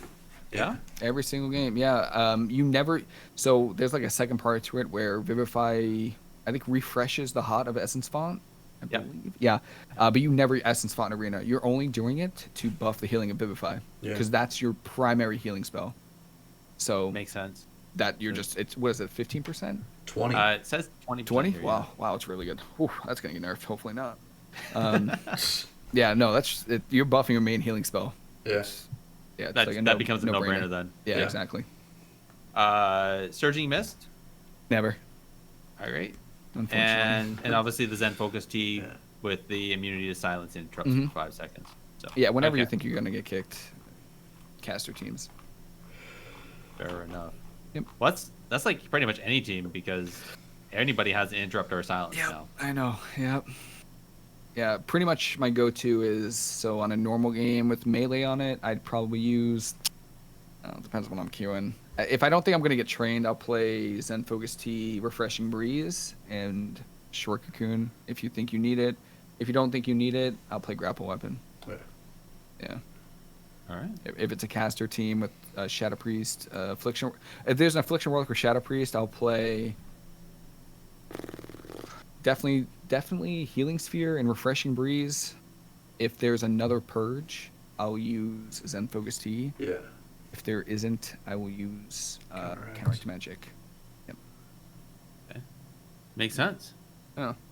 That's kind of cool. That's got We some have good options. Yeah. Yeah, we have options. It's pretty cool. It's nice. Same with the Covenants. That's good. It's nice. Yeah. Well, tell us about the Covenants then, because the last kind of times we looked at it seems like one and none. Yeah. Like, No, for PvP. Yeah, Or I mean, two. I know there's not a lot of people that play Mistweaver, so like there aren't many people like testing out the different covenants, but it really is whatever you want. Like, Really? Yeah, it depends on your play style and what you really want. So, Kyrian, if you want more healing and a little bit more survivability, just go Kyrian. I think it's Weapons of Order, boost your mastery by a huge amount, and then if you go Pelios, yeah, right? Yeah, he's the one that instantly procs your Vial and then stuns people around you. So if you want that stun and you want that instant heal when, you know, in case you get stunned, you can go Kyrian. Venthyr is my personal favorite because I like damage. So, you know, if you want to play a little bit more aggressive with Dwarf Shadows to help you like push in and get a leg sweep, and you want a little bit more damage from Fallen Order, play Venthyr. And then I don't have it unlocked yet, but one of the soulbinds reduces interrupts by 25%. So hopefully that one's good. Hopefully that one's good. I don't know. I don't want to switch, but that one's pretty good. So if you want to be more aggressive, play Venthyr. And then which one? Necrolord. Necrolord is pretty defensive. So I think their first soulbind has the ooze that gives you a 15% shield. Yeah, when you drop below 50% health on a 30-second cooldown, I'm pretty sure. And then you also get Final Form, which that makes you immune to crowd control when you're crafting or casting the Fleshcraft. Right. Yeah. That one's if Venthyr isn't that good, like if the interrupt soulbind isn't good, I'm gonna go probably Necrolord. It's really defensive. It's really nice. You'll survive swaps to you. So if you want to be a little bit more defensive, definitely play Necrolord. And then I used to count out Night Fae. I did. Yeah. But you can use the Soul Shape while Root Beamed. And since Balance Shards are where they are now, it's not bad. The additional mobility is pretty good. So really any of them are really good. The Covenant abilities they're okay, but you're really doing it for the soulbinds. Yeah. I mean, that's all right. Yeah. So yeah, that's what I think is pretty cool. There's options for Mistweaver. So nice. Yeah. Well, let's talk about the conduit since you brought it up. So let's see. All right. Hold on. I'm off track for a bit here. No, you're good. I'm trying to remember them. So I wrote them down. Of course, I don't have the links, so that's good. No. Yeah. No, I think I have them memorized. I think. Yeah. So for the potency, let's talk. So there's the Jade Bond, the Nourishing Chi, Resplendent Mist, and the Rising Sun Revival. Yes. Okay. Jade Bond, I believe, reduces the cooldown of your invokes every time you use a Gust of Mist ability. Our invokes really, if they were better, it might actually be good. But I use it in PV. I use it in Mythic Raid when I'm using Chi-Ji. So that is good, but in PvP, I never use Jade Bond. Nourishing Chi, I think that makes your healing spells heal for more when Life Cocoon is active. Yeah, that's what. Yeah, I just found it. Yeah, Life Cocoon increases the healing, the HOTS by an additional 18%. Or I think over ranks. I think that one's good. I like that one. All right. But the problem is you have the Covenant potency conduits as well. And for Venthyr, it's called Imbued Reflection, and it's just your best one. It boosts the healing of your Fallen Order by, I think mine's like 49% now. So, yeah, it's really insane. And if you're Venthyr and you play Mistweaver, if you use it before blind, it keeps you in combat. So, because you have little guys like hitting the other targets. So, I always play Imbued Reflection, and then I just unlocked today the second potency for Venthyr, and I'm going with Resplendent Mist, which is the next one. Okay. It just gives you more healing. Your master has chance to heal for more? It has Gust of Mist has a 30% chance to do 50% more healing. Yeah, that one's just amazing. Can't wait to try that out. All right, and then what? Rising Sun Revival is the last one. Yes, yeah. That one makes it so when you Rising Sun kick, it reduces the cooldown of your Chi-Ji or your invokes. I don't use it. No, all right. I use in PvE. For reading, it says Rising Sun kick reduces cooldown on Revival by 1 second, and Revival heals for 12.5% or more for the ranks. It's pretty over 10 heal. seconds. It's pretty good heal. Yeah, but it's mostly for Mythic raiding or raiding in general. Yeah. Okay. What about 4 then? Here, hold on. Bouncing around things. And then Endurance, you got the Fortifying Ingredients, Grounding Breath, and Harm Denial. It's actually a really tough decision. They're actually pretty good. If you play a lot of 2s, Grounding Breath I'd say is the best because a lot of teams try to focus you. So that increases the healing and Vivify on yourself, and then gives you a chance to refund the mana cost. So you're getting some mana back if the team's focusing you. So I think that's the best one if you're queuing a lot of 2s. If you're queuing a lot of 3s, I think Fortifying Ingredients is the best. But this is the conduit that I said I died through. when you use Fortifying Brew as well. You get a shield for, I think, 10% of your health. Or 15? I think it depends on the rank. Yeah, that's on the rank. Yeah. So I think I have one that increases it by, or it gives me a shield for 15%. Okay. It's a good shield. Like, it's not bad, but teams can kill you through it. So Yeah. it's still good, but I think it says here it goes all the way up to 28.8% max rate. oh baby, give me that. Maybe it might be good then. 8%. Well, the amount of renown you need to get to that kind of a rank. Yeah, right.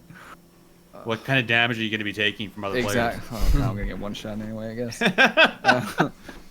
Sorry. You're good. I'm used to it. All right. And So grounding breath there, casting Yep. Vivify on yourself. Healing is increased by X% and 30% chance to refund its cost. Mhm. And then harm denial, expel harm. The healing is increased by, and then percentage to the ranks, starting at 25%. Yeah, I don't use that one. I don't. Envelop, Expel Harm doesn't do that much healing to begin with. It does a good amount, and it's affected by your mastery, but Okay. I'd rather the defend like fortifying ingredients and more healing from grounding breath. Makes sense. Huh. Okay. I just. How often are you casting Vivify on yourself? If I'm taking damage, Yeah. it depends on if I have any healing elixirs left. So, normally to save mana, what you're gonna do to heal yourself is you're gonna put Renewing Mist on yourself and then Healing Elixir, because Healing Elixirs cost no mana. So Okay. if I have Healing Elixirs, I'm gonna use that. So I won't use Vivify. But if I'm out of Healing Elixirs, let's just say they just keep tunneling me over and over, and I don't have any, then I'll use Vivify. So Fair enough. Gotcha. you can heal. It's actually insane how much healing you can do on yourself if you have that conduit, like a high rank of it. I have the 213 rank, so I think it increases the healing by like 45% on yourself or something like that. And I can heal myself from 20% to 100 with one Vivify if there's no Mortal Strike. Mm-hmm. So Okay. yeah, That's kind of what I was wondering, because I was thinking, I could definitely see that again being in the situation where you're going to get trained, then maybe a grounding breath would be more Yeah. appropriate than the fortifying ingredients. yeah. That's why if you're queuing like mostly twos, definitely use that. That one's the best one. All right. Yeah. Andallyn, can you do the finesses? Yeah, I was looking around to see where you were at actually on this, but I think I might have found it. So are you under the Covenants and then Monk? And then you just click on Conduits? Yeah, Okay. that's where I was at. Where's the think- conduit? Okay, it's all the way down at the bottom. I found it. Slowbind Conduits. Monk, Slowbind Conduits. Alright, and then we're going to talk about Monk, The finesses. Monk, Finesse, Soulbind Conduits. Okay. So we have the Sorry. It's okay. I was getting lost in the sauce there. So we have Dizzying Tumble. Targets affected by your leg sweep deal 6.3% less damage for 5 seconds. It's pretty And good. of course that increases. I don't use it, but it's pretty good if you like against double melee teams. Yeah. That you know, it's not bad. Higher ranks it might be better because I think it goes up to like 15%. But Yeah. yeah, right now it doesn't do enough to keep you alive if you're being targeted. Right. Lingering Numbness. So when paralysis ends, your target's movement speed is reduced by 40% for 5 Yeah, seconds. This one's my favorite. Yeah. It's my favorite It conduit. goes I all the love way it. up to 96%. I can't wait for that rank. Oh, I can't wait. Yeah, that's my favorite one, because even if it breaks, even if your incap breaks instantly, it still puts the slow in them. So 96%. I can't wait. I can't wait to get that. Oh Wow. my god. So and then we have Swift Transference. Transcendence increases your movement speed by 12.5% for 5 seconds. Yeah, this one's a good one too. It's actually really good. It has good synergy with the Escape from Reality legendary. So if you think you're gonna get trained, or if you tend to get trained and Right. you want the extra mobility, you can go with Swift Transference. All right, nice. And then we have Tumbling Technique. So Blackout Kick has a 6% chance to grant a charge of roll. Honestly, I didn't even know that was Yeah. one. Might have been good when you still had those Azurite powers, but Yeah. That was. I mean, I look at it, but I theoretically it would be insane, but I'm never gonna get a Blackout Kick before I'm dead anyway. So yeah, sure. yeah. I gotta admit, like, so I'm just looking at this. target. So the first one, the dizzying tumble. Targets affected by your leg sweep deal less damage for 5 seconds. Mm-hmm. After you leg sweep, Yep. are you really sticking around to get punched? Exactly. Yeah. Yep. I'm leg sweeping. I'm out of there. Like, Well, if your I'm leg across if the your arena. leg sweep lasts, It lasts 5 seconds too. Yep. I know. so they have to I know. trinket it. Like Yep. by the time they're out of the leg sweep, it's already over. Like Yep. Yep. Yep. Yeah. I know. I know. I know. Okay. Try, All don't right. worry. Don't worry. I know. I was like, "There's no way, right?" Nope. There is a way. Yep. It almost looks like they're backwards. It's like because leg sweep you'd think would like break legs, that then your target can't move, so then they shouldn't. Sure. Their movement speed should be Yep. reduced. Like that makes would be more sense sick. to me. That would be amazing. Yeah. Anyway. Yeah. Don't worry. It's all right. All right. Okay. All right. Sorry. I digress. Stop trying to theory craft, Gerissar. Just do the damn podcast. You're All right. good. Okay. So once we're done all the conduits, Mhm. then you got to pick some legendaries, Yeah. right? Yeah. There's a lot of options too. I wish we Yeah. only had one good one, but right now I've gotten the most success with Clouded Focus. I think that one's. I doubted it on the beta, so I didn't test it that much. Okay. But it's actually really good. So it increases the healing of your Vivify, and then every time you use Enveloping, or every time you use Vivify or Enveloping Mist while channeling Soothing Mist, it reduces the mana cost of them and increases their healing. Oh. So yeah, yeah. So it's really good. The problem is that once you stop channeling Soothing Mist, the effect goes away. So as long as you have, yeah, trust me, I know.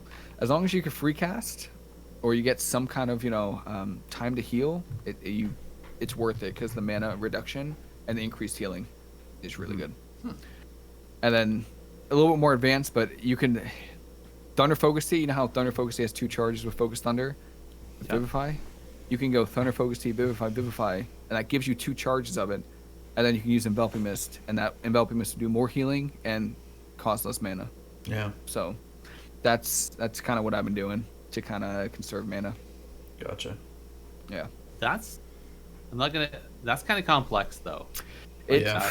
yeah, it is. And then Yeah. sometimes your Enveloping Mist gets purged, and oh, you're so sad. What I do to conserve mana is I just press more penances. That's yeah, I know. Yeah, I get so frustrated because like your damage is literally Purge the Wicked and Penance, and I have to like Tiger Palm, Thunder Focus Tea, Rising Sun Kick, Blackout Kick, Rising Sun Kick, Blackout Kick, Rising Sun Kick, Tiger Palm, Spinning Crane Kick, and I Yeah, still do less damage. Like that's the. And you didn't do any healing there either. And I did no healing. My teammate's dead. Yeah. He died. I don't get it. Yeah. All right. So okay. So you talked about Cloud of Focus. Mhm. What Yeah. other legendaries? Like you're only allowed so- 3, right? Are you? We're only allowed 3 spots, right? what are you talking about? Legendaries? Like you can only make 3 of them. No, you can only wear 3, right? You can only wear 1. Wait, You one. can only wear 1? Oh Yeah. shoot. Yeah, right? Yeah, exactly. So there are 3 legendaries I wrote. Actually, there's 4. So I hope Okay. you like Torghast. Yeah. Because I just maxed my first one. I got 3 more to go. So there's Cloud of Focus, and then there's Cephus, Yeah. which is just insane. Yeah. I mean, Yeah. it reduces CC on you. It stacks with Orc Racial. So stun duration if you're an Orc is 28% reduced. It's crazy. So I use that versus obviously sub rogues because all they have is stuns, but I use it versus hunter teams and mage teams, just because they have so much CC. I think somebody said it also stacks with the gnome racial What's the gnome racial? for the snares. The snares, right? That would Yeah. that's pretty cool. And then if you do that with nausea, which it reduces interrupts, roots, and snares on you, that'd actually be crazy. You would never I be think- slowed. I don't have the proof. I asked. no. I asked somewhere and somebody said yes. So Yeah. I don't remember Oh, where that's- that was now. Pretty cool. It doesn't stack with Relentless though, so if you're human, you're probably No. just playing Relentless Trinket, so Mhm. it's not really that useful for you. Okay. And then there's Tear of Mourning, Yep. which is the raid one.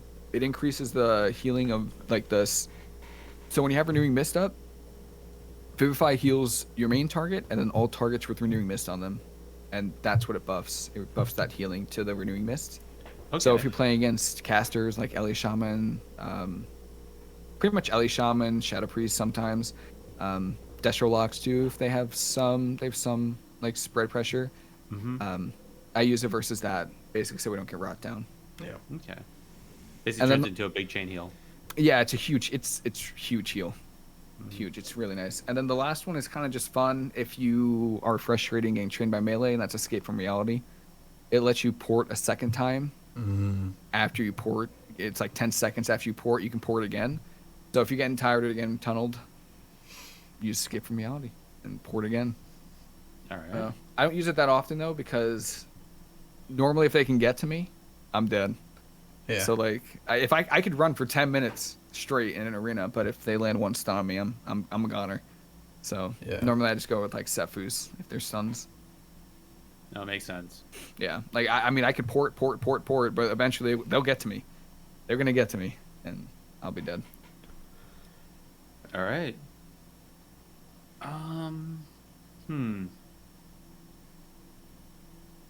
Okay, weird. Sorry, it's just there's one that I had written down here. It was from Whoopi's guide, and it was the Memory Which of one? Ancient Teachings. Oh Not sure. no, Yeah, if No. you did any damage, it might be good, but yeah. I've tried it. I've tried it. I mean, if you got it to work, I hope you can show me. I want to, but I haven't gotten it to work. Unfortunately, Alright. it's not a smart heal. Mm-hmm. So what it can do and what Right. it does do is, you cast Essence Font, you get the buff, and then you Rising Sun Kick. If your teammate's dying and you're at full health, it can heal you when you're at full health. It's not smart like that, and it does that. Yeah. Oh, no. So there's been, I accidentally used it in in twos the other day, and my teammate was dying. I was using my Rising Sun Kicks, and it was healing me. And I was so sad. So sad. You Yeah, overhealed. Congratulations. Exactly. Yeah. Exactly. So that's why it's good it's really good in raids, by the way. It's like Yeah. that's how I heal in raids, because that's my play style. True. Like that legendary is what I want Mistweavers to be. Yeah, exactly. I want that to be a passive. Yep. But it's really good. I use it in Mythic raids, healing. If you raid out there and that's your play style, 100% recommend it. That's what I do. I have pretty decent parses as well for Mythic and Heroic. But for PvP, nah, Just not there, eh? it's just not, because in raids like there's a lot of people taking a lot of damage, so it doesn't normally overheal. In PvP, you have like one person that's dying, but it won't heal them sometimes. I understand. Yeah, and it's affected by dampening. So, team Oh, wise. Yeah. of course. Yeah. Of course. I do have one question from chat that I want to ask you. Is will we see any more 4 stam, 4 strength leather belts introduced this patch for PvP? 4 stam. Yeah, I think that's what it says. I think it's just a joke towards joke, yeah. some of the leather gear on the PvP Oh vendor. my god, it's brutal. Half of my gear is verse mastery, which is what we need, and then the rest is like crit verse. I don't need this. Oh. Today I bought a haste verse boots because that's all they had, but oh my god, yeah, they don't have a lot of verse mastery. I actually do wish the leather had more stamina. I like if anything, like if they just want to help me survive stuns or monks, or like just give us more stamina. Straight, like that'd be nice. Yeah, fair enough. Bigger health pool. At least you won't die on one full moon, right? I don't know.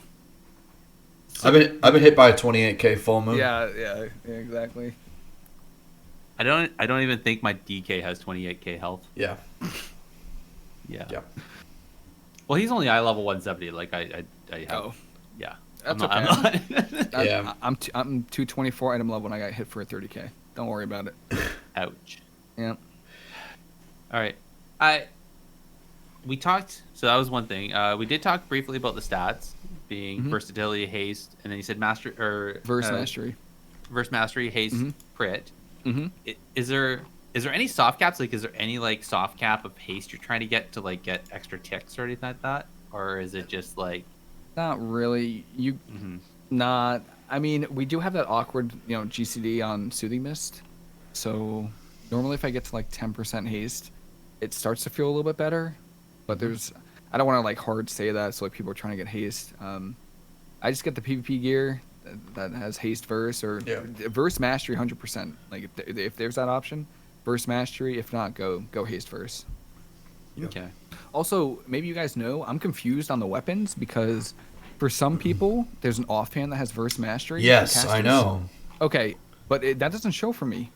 So is that a thing? Apparently that's a thing, because that was my issue with the shaman, is I needed the Okay. scepter, but my priest can buy the scepter, but Yep. my shaman can't.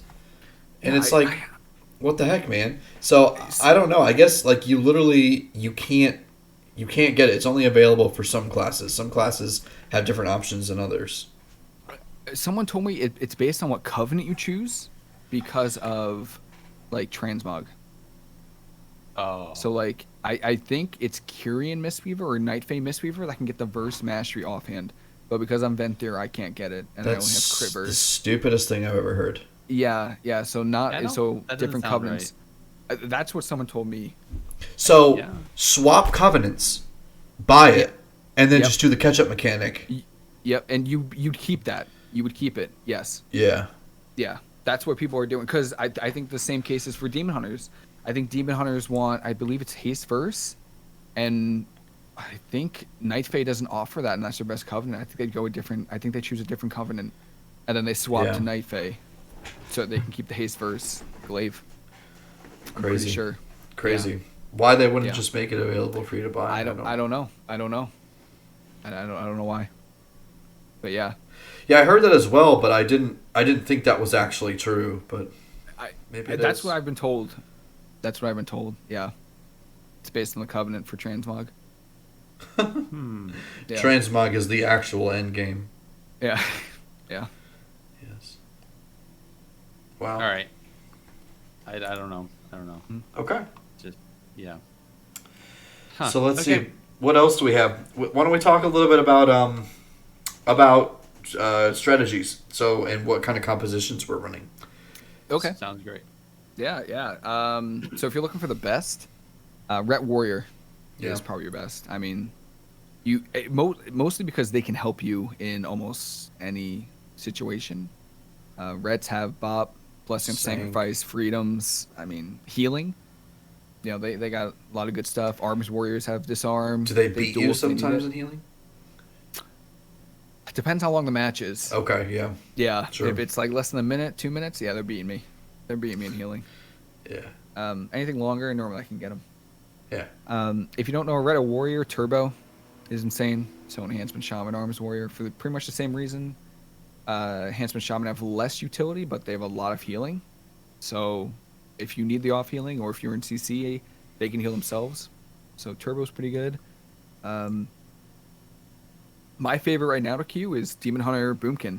Is actually my favorite.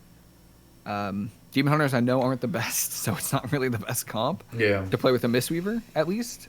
But we can make it work. You have to have the clean setups for it, but Convoke is still a thing, and Convoke has a chance to one shot something. So And what covenant are you playing as Mistweaver right now? I'm Venthyr. You're Venthyr right now. Yeah, Venthyr. If Nausea, which is the soulbind that I felt good on beta, but on beta it didn't feel this fast. It really didn't, because not everyone had Conquest Gear and stuff. Mm-hmm. If the interrupt reduction doesn't feel that good, I'll probably swap to Necrolord. Necrolord or Kyrian. I don't know which yet. I think I'll go Necrolord. The 30-second ooze that you can get for 15% of your health, and then ultimate form that makes you immune to crowd control. I feel like it has a pretty high skill cap. Yeah. So I think I'd swap Necrolord if Venthyr doesn't work out. I feel like Vile might be better for right now, because it's going to be a while till you get final form. Yeah, exactly. What is it? I don't even know. Round 30 maybe, or 32? I think it's 30. Yeah, and then they reduce the amount of renown you get per week to 2 now. So like 2 weeks until we get that. I didn't know until today. I was like trying to find the third quest. It's like, where is it? Good old time gating through. Yeah. Okay. Well then. Yeah. All right. Sorry, you were gonna say something. I forgot.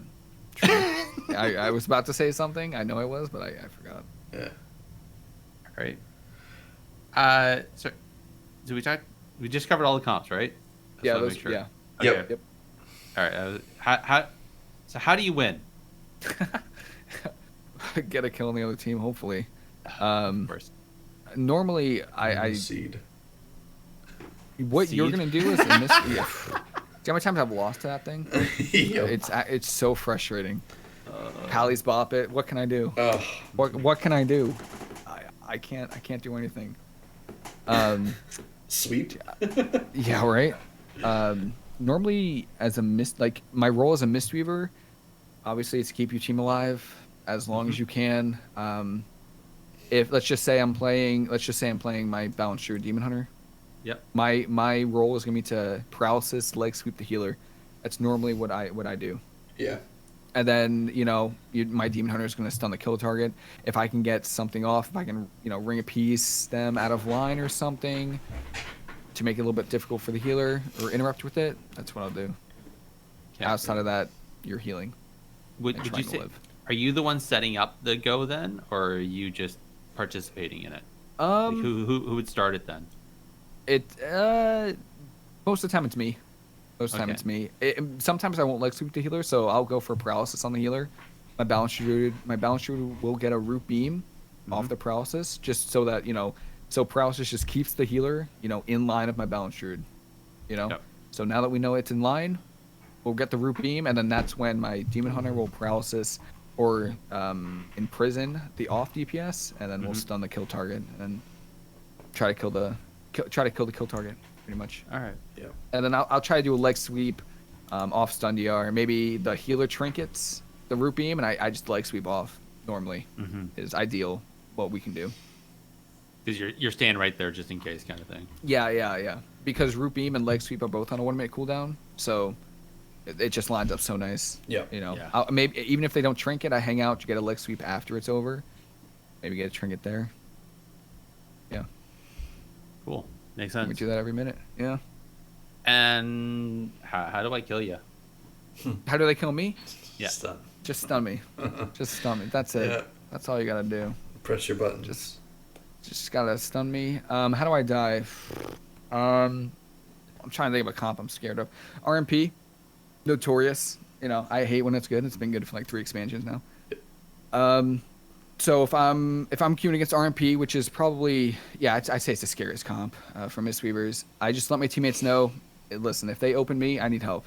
Yeah. So that's why if you play with a warrior or a rep pally, they need to be on point and they need to help you. So for example, in 2s, I queue a lot of 2s, even 3s. If you're playing with a warrior, I know they're gonna go me if they try to blind my warrior.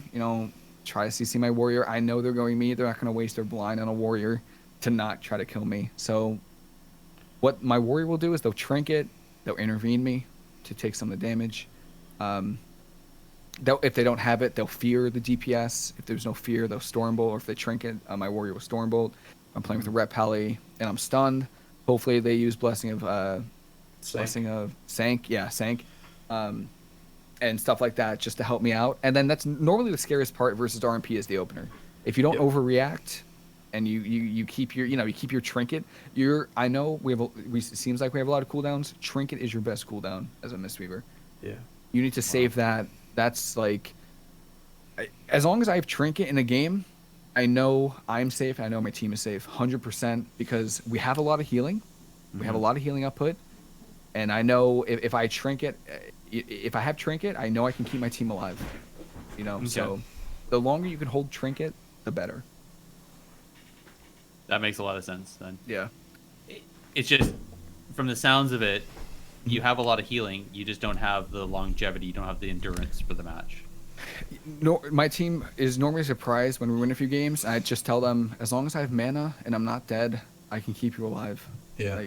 That's as long as I can just have some mana, I can keep them alive, and as long as I'm not stunned, because we don't. A lot of healers, I think most healers have something they can use while stunned, and Mistweavers can. So you have to be very proactive with your healing and your CC, or with your healing and your cooldowns. Yeah. So if you think a team's gonna go you, I mean, this is why it's rough that Fortifying Better be Brew is a ready. 3-minute cooldown, because there's a lot of times where it looks like a team's trying to go me, you know, and I press Fortifying Brew, and then they see that, they don't go me. They just wait 12 seconds, and it's then they swap to me and kill me. Yeah. And then that's the same thing with Life Cocoon. Like if versus RMP, if you see a mage getting Holly on you, you need to press Life Cocoon on whoever you think they're gonna kill. I mean, you could Life Cocoon somebody and then they swap to DPS. Most of the time they don't. Most of the time you can get the Life Cocoon right when they kidney. So, but yeah, you have to be very, very proactive, or you'll just die with your cooldowns. Yikes. Yeah. That's I mean, I kind of like it, but it's really stressful. yeah, I can imagine. Yeah. Considering some of the other specs in the gameplay style that doesn't require that cutting edge of abilities. Yeah. Yeah. Yeah, like I mean, I enjoy it. I mean, there's a skill cap, and it's nice when you use Fortifying Brew and a team tries to swap to you, and you see that, and it's like cool. I live that because I used Fortifying Brew before, kidney shot, but man, it's like some games. It's just every game is so stressful because you're so paranoid that teams are just gonna, especially with rogues, like you're just so paranoid they're just gonna step kidney you and you die. Yep. With every cooldown. Yeah. So it's fun, but yeah, it's stressful. I can imagine. Yeah. So I have one other question to supplement this before we get to our big one. And I mean this honestly, like if you don't have like a routine players that you play with, how do you convince people to take a Mistweaver instead of something else?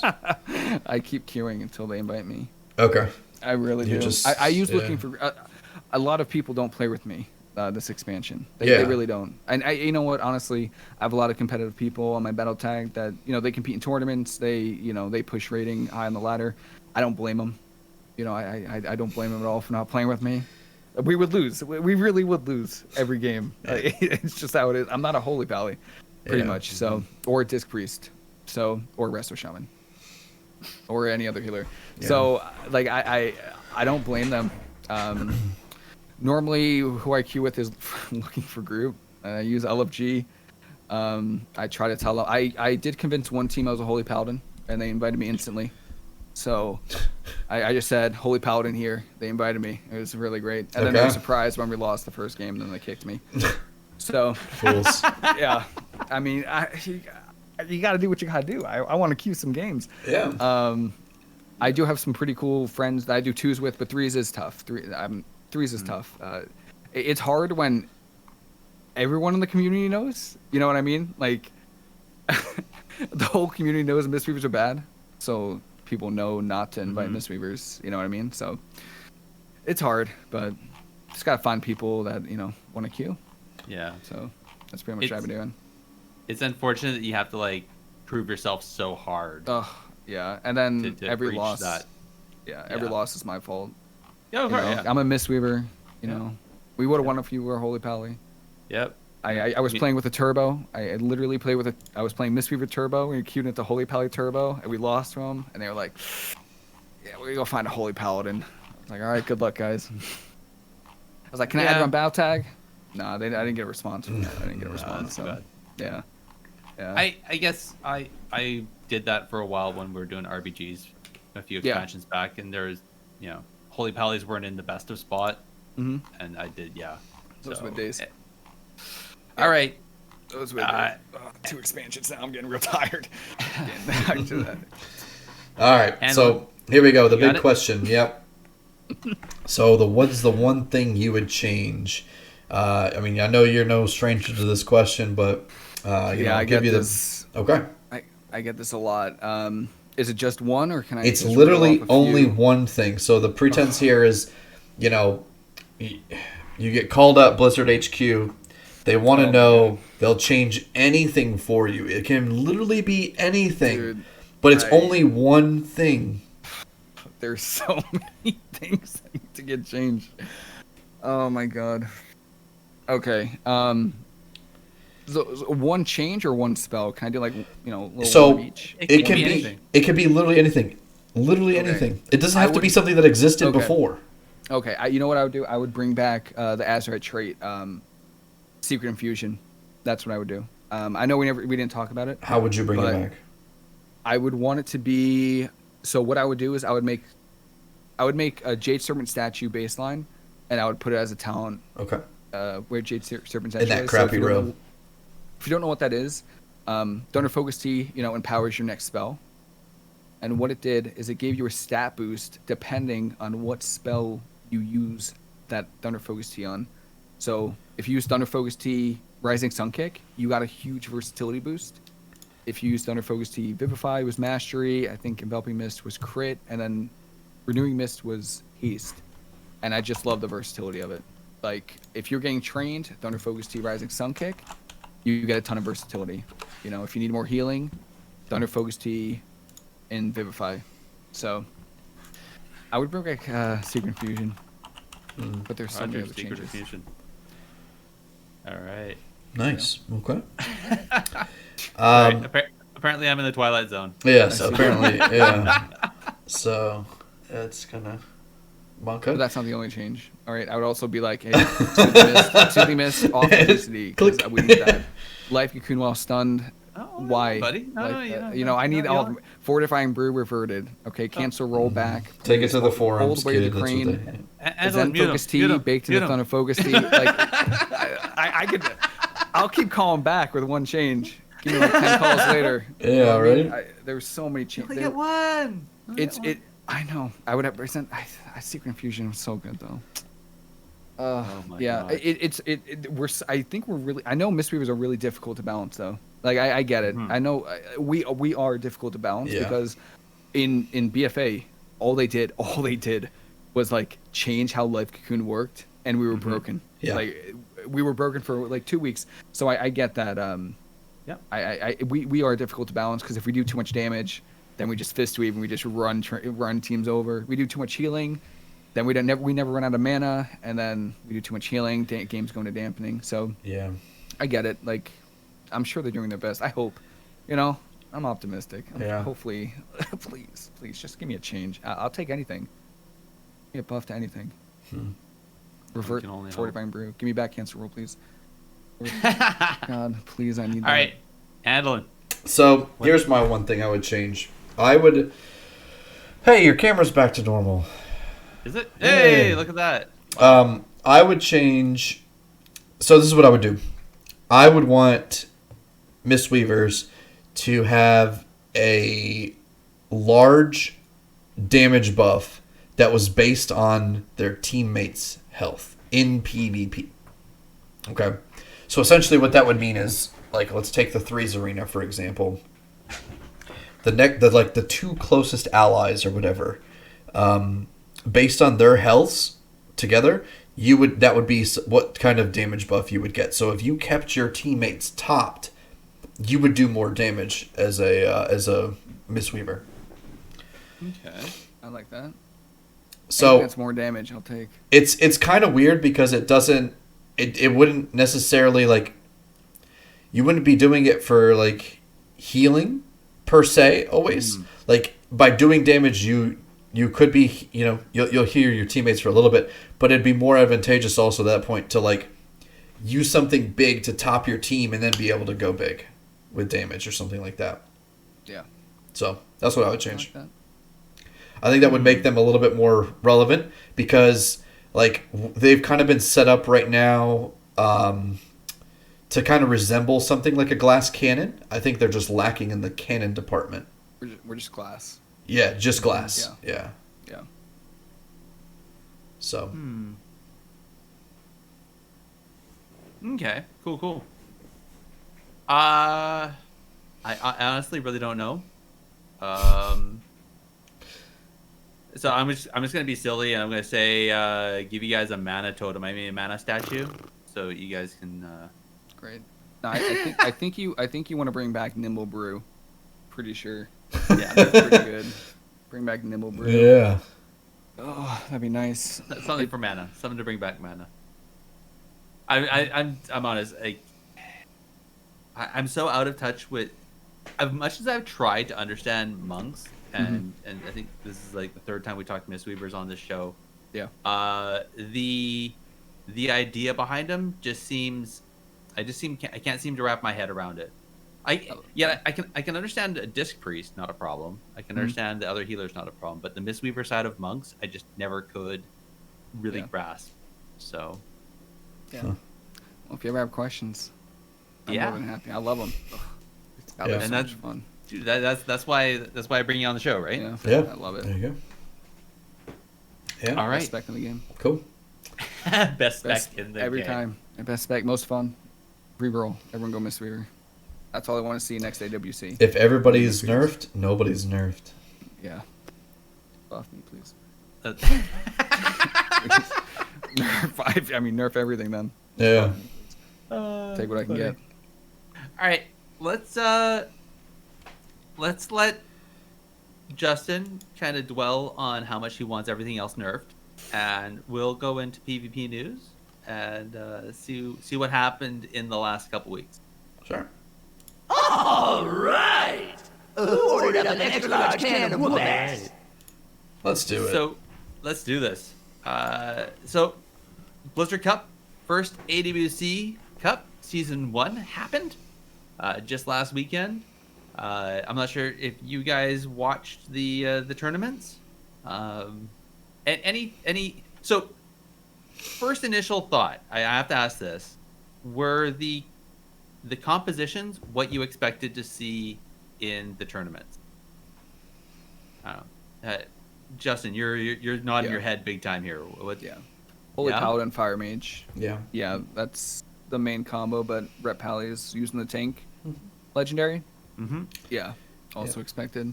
So, yeah. Okay. Ellie Shaman, I wasn't expecting. I saw some Ellie Shaman. Yep. Pretty cool. They have some insane one-shots. I know it's RNG, but their one-shot's scary. Mm-hmm. But the main combo, Fire Mage, Holy Pally. Yeah. They're insane right now. Yeah, absolutely. To be honest, it's kind of expected, but I also wasn't expecting to see so much God comp like Fire Mage Shadow Priest. But we saw a lot of that. But I mean, other than that, I think it was pretty much what I expected. I think how many Boomkins we were going to see was a big question mark in my head, and something I was kind of interested to see, like, you know, how much Convoke are we going to really see during this cup?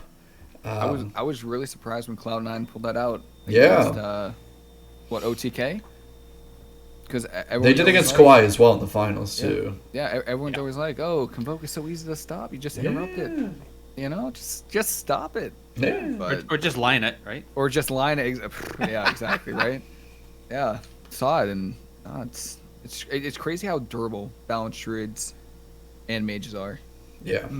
But even after Convoke and they live it, they can't get any pressure because you just have clones and polys. You know, so. Yep. I think that comp's only gonna get better too. Oh man, Yeah. that's gonna be scary. Oh yeah. I was expecting a few more Affliction Warlocks. I was a little off put how few I actually saw in the finals, or not in the broadcast. But that's I love Shadow or not. I love Afflux, and so that gameplay I like. Seeing Chanimal brought in, I was like, yeah, I was Warlock, yeah, and then anyway, whatever, it was cool.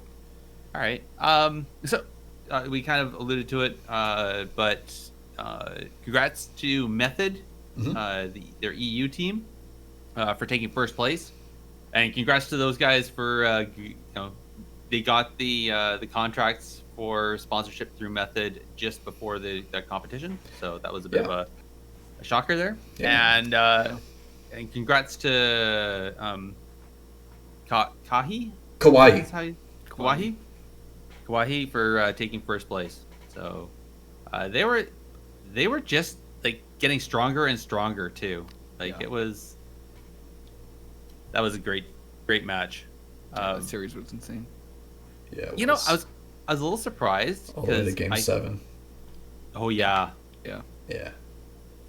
And mirrors. It was a couple mirror matches there. Oh. Yeah.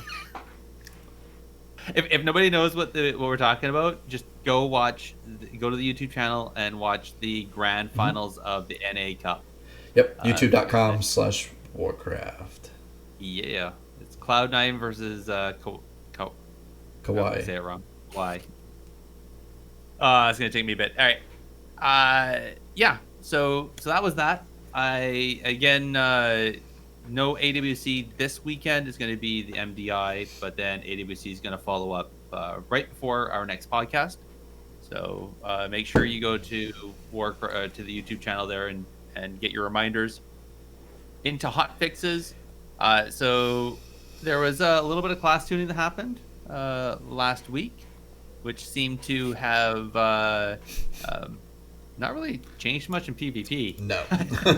You said class tuning, and my ears perked up. I was like, oh, did I miss something? And I was like, Really, oh, please? wait, no. Yeah. Well, Anything? Pardon me? No, I was like, anything for Mistweaver. No. No, nothing. Nothing. Sorry. Try again tomorrow. I'll keep trying. Yeah, no, sorry. There's let's hear. So there's the Frost Mages. They got the 9% buff. Brewmaster and Windwalkers got a slight buff when using two-handed weapons, as did I think Frost DK, if I remember correctly. Yeah. I think that was just a balance against the dual wielding one-handers or the two-hander. There's a slight discrepancy in damage there. A little insult to injury. Saw the wounds. Yeah. I got nothing. I don't really see anything else that's like groundbreaking PvP or anything. Yeah, the neat one, because there's not. Yeah. Monk. Pardon me. Because there's not. Yeah. All right. I have to ask the question then. So I know Stoops, our friend Stoops, has been fairly vocal on this on social media and on his YouTube and that. He keeps calling for regular iteration instead of these big droughts and then a big change and then big droughts. Yeah. What do you guys think about that? Does that even belong in an MMO-esque game? Like to have these long periods of this is how it is, and then like a chunk of change, and see how the pendulum just huck the pendulum and see where it goes, or should it be just like little pendulum nudges along the way? What do you guys think? I don't. Yeah. No, you go. You sure? Yeah. Okay. I think it's a good decision to try, and it's a good idea. Because I think what's missing right now for this to kind of work is a lot of transparency, especially with talking with Chris. Gave me a different perspective last episode, where I'm sitting and imagining all of these people sitting in a room and trying to come to some as close to a unanimous decision as they can, and just kind of bickering amongst themselves while there's changes that need to be made, and not being able to get anything. Now, whether or not that's the truth or not is hard to say. Like, because this, I don't think that this works without more transparency. And I think that there's a lot of other companies like GGG and Riot who have kind of been more of a trailblazer in the idea of, hey, or especially the guys from RuneScape, I forgot what they're called. Heck, even Square Enix, like all these other companies are doing a really good job at having devs that are transparent, and actually like having devs that like you might find in the game, or these types of things that provide the player base a little bit more of a glimpse into what's going on in the dev world. And the dev world in World of Warcraft is literally just a chasm of emptiness and nothingness from a player perspective, and that's not a healthy prescription for their game to like stay quality. It's just not. And I think I understand where it kind of stems from, and it stems from a lot of these like Blizzard stigmas behind, you can't go out into the public and say this, and there's so much red tape because of maybe what people have done in the past as far as, releasing stuff without the proper authorization or releasing information when they weren't supposed to, or leaking information, right? Or saying we're possibly thinking about something, and the whole community goes, "Oh my God, it's happening! It's finally doing it!" And then it doesn't Right. happen. They're like, "Oh, you lied!" Right, exactly. So, like, you mentioned pendulums, and we're talking a pendulum that's, like, bottomed out on the other side of the thing and just gotten stuck up in the floorboards. Like, it doesn't move anymore. So, that's the synopsis. Like, TLDR, I think it's a really smart idea, because we as players, the best thing we can do is offer ideas right now. That's the best thing we can do. So, I agree with him. Whether or not that's the best solution, I don't know, but we should try to find, like, the Blizzard should have some kind of investment in this. Yeah. So Yeah. So I'm a software developer myself in real life, and yeah, when we're running into an issue where we're working on features or whatever, and we need ideas or we need help, we bring customers on to help. So I think it would be beneficial to maybe they reach out to some high level PvPers if they're running into, you know, not saying they don't know what to balance, because I'm sure they do. It's their game. Like, I'm sure they know what to balance. But maybe there's like different ways or like different point of view from someone or from people, you know, people have queued. I've queued 1,000 games. There's been people who have queued more than me, you know, so there's people that play the game every day and they know what to fix. I think small iterations, I mean, might be a little bit more difficult just because every week, I don't know, every week means you're making changes, and then you have to test those changes. So, but maybe, honestly, I think exactly what Andallyn said, just some kind of communication, like, and I'm not, no memes, I like truly, like, if they just acknowledge, hey, we see that Mistweaver is underperforming in PvP and PvE, we see that, we're working on it, or we're trying to come up with changes, then like, that would be amazing. But Mistweaver, I mean, Monk, we have a thread on the forums with like over 1,000 comments and one response from Blizzard, and just any communication really, you know, because now they've done a really great job of this expansion, but all of BFA, the reason why the PvP community feels like a little is because in BFA, we're Destro locks, fire mages, like for clearly broken specs, but they didn't. I mean, we got nothing back, nothing for months. So I think that's why, even though they're doing a really good job this expansion, like this expansion is so much fun. Like honestly, and I play the worst dealer, worst spec in the game right now. I still think it's so much fun. Like just some kind of, hey, we see this, we see that fire mages, they're pretty insane right now. They don't die. We're working on it. Or, you know, holy pallies, we see that they're overperforming. You know, but I don't want them to nerf. I want them to buff. I don't want them to nerf anything. If we nerf things, if they nerf things, we're just gonna go back to BFA where things are so slow, and that's not what's fun about this expansion. They should buff. You know, truly the Mistweavers, Holy Priests, they are actually good, but they could use a little of some Resto Druids. You know, put the healers more in par with each other, and then for DPS specs, I mean. You have like clearly, I mean, really insane fire mages do the most damage and the most healing, probably maybe outside of Rep Pallies.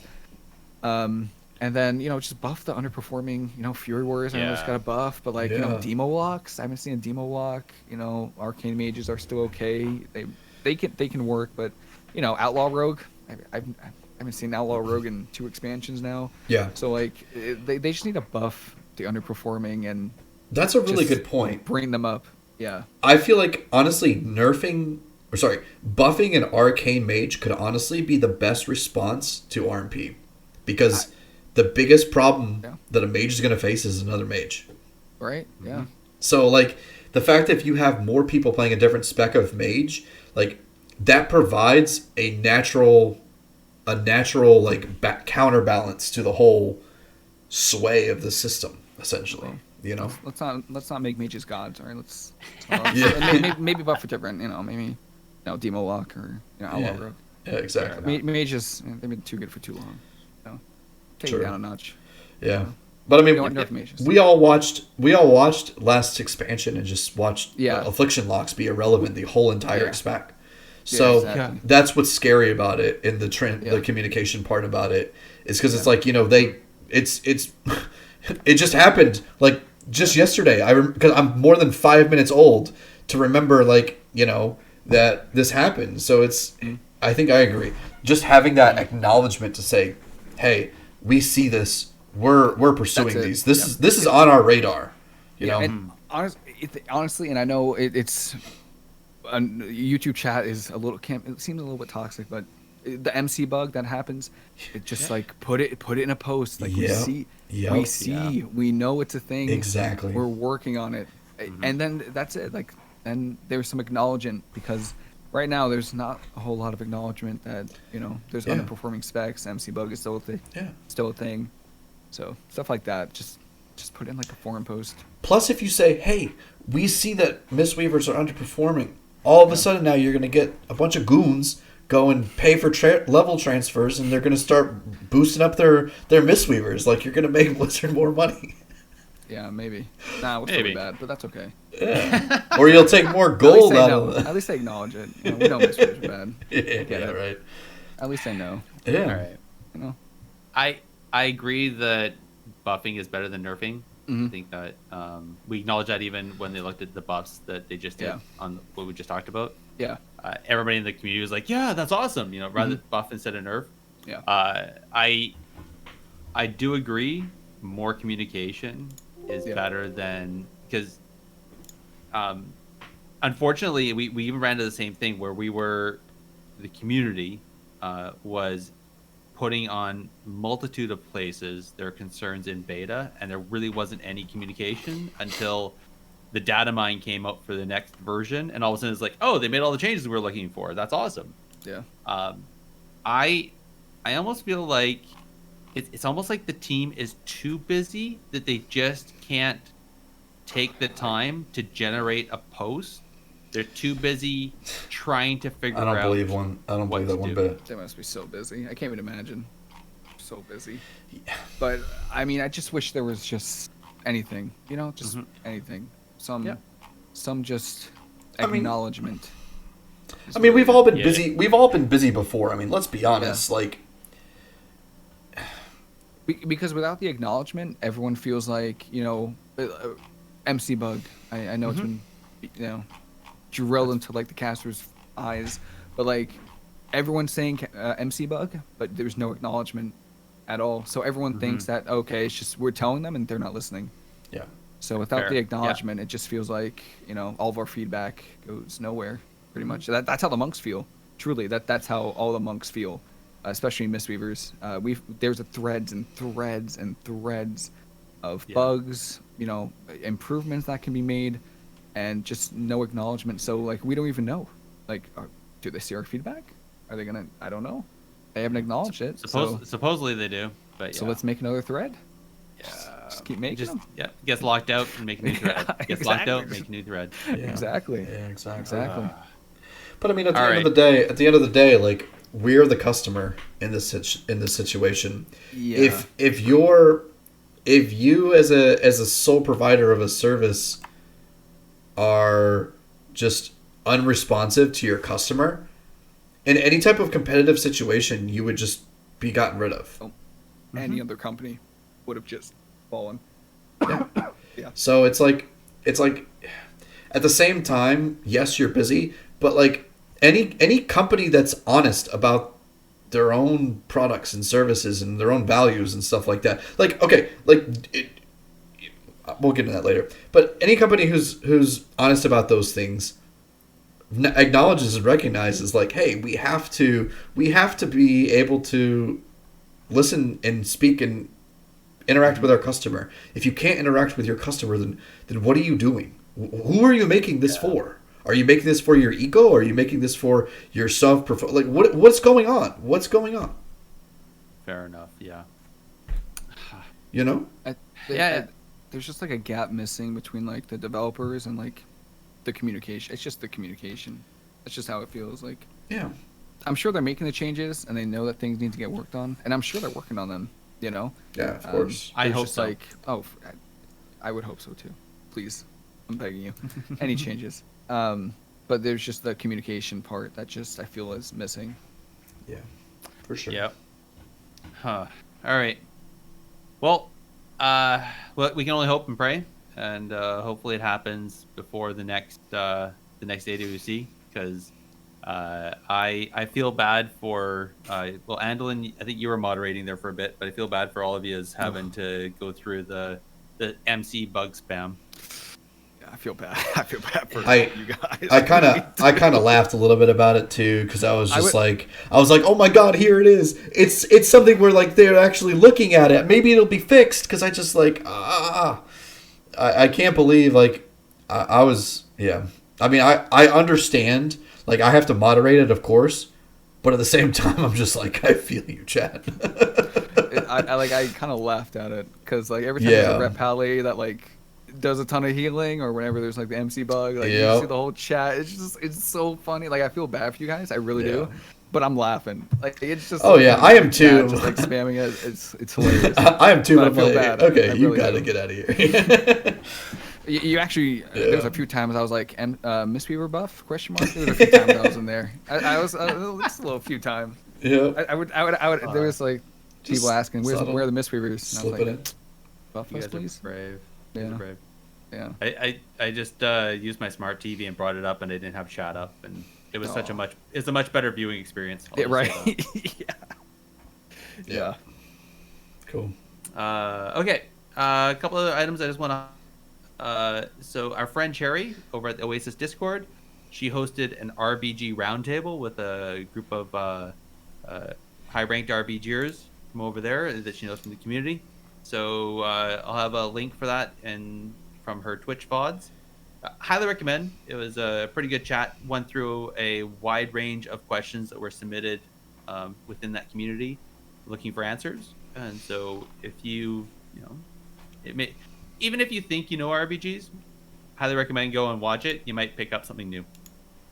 Let's see here. Oh yeah, I'm gonna put this in here only because we always see when a sponsor picks up a team, right? Yeah. Hey, we got a team. Check out our players. And they get the click-throughs and everything.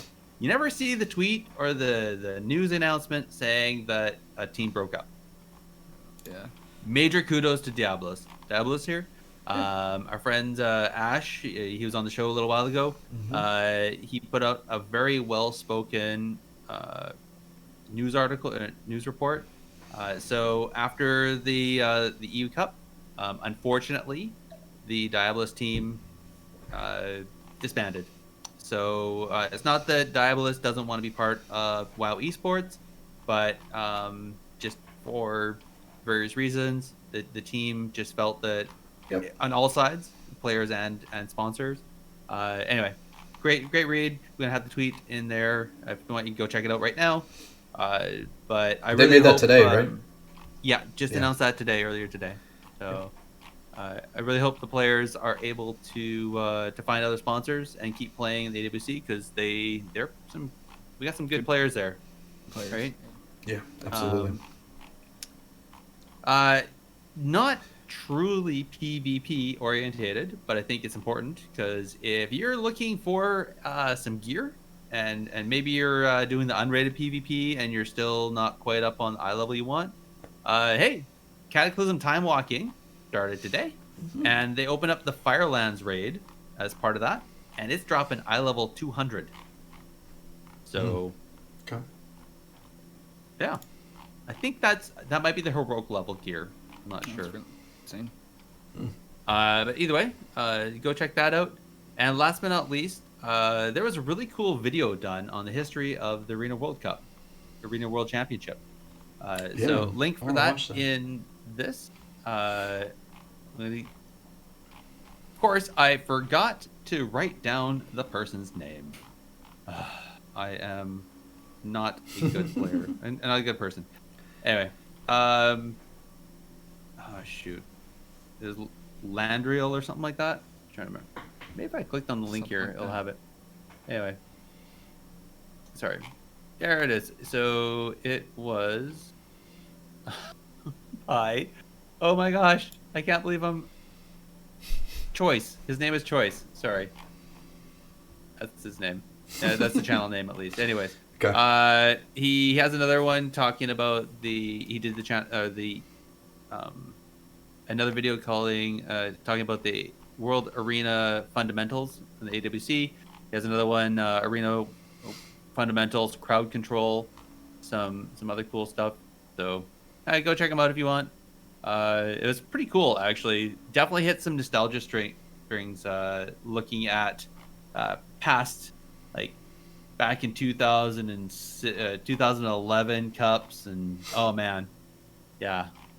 Seeing a young Snuts was a young Ben Rookie was pretty cool. Yeah. Man, oh man. And actually watching V-Hell casting from the caster desk in a t-shirt, totally like, yeah. Just chilling. Yeah. I mean, and now we're in turtlenecks, so I mean, like, it's like where we're started and like where it's at or how it's going. Yeah. Completely turned around. Yeah. Went from t-shirts to full suits and then back to now we're in turtlenecks. It's funny. I think, wasn't it one day where Supatis and Zico were both like wearing button-out like they had their collars out as fly as they could, and they totally looked like 1970s porn stars or something. Pretty funny.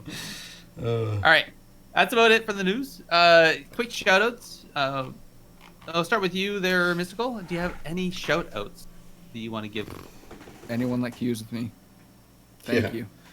Yes. Thank you. I really couldn't stream or anything if like my friends that actually wanted to queue with me, like Mill, Chris, Edgar, anyone that wants to queue with me, Lion, anyone like that. I appreciate it. I wouldn't be able to queue if they didn't want to queue with me, so I appreciate it. Good to have friends. I got a full battle tag and 3 people queue with me, so it's nice. Yeah. It's nice. Got 3 of them. It's good. Yeah. Better than mine. Right.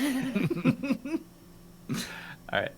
Andallyn, do you have any shout-outs you want to give? Yeah, I wanted to give a shout out to Dalaran when we were queuing. We had a good time. So shout out to him. Nice. Coolly do.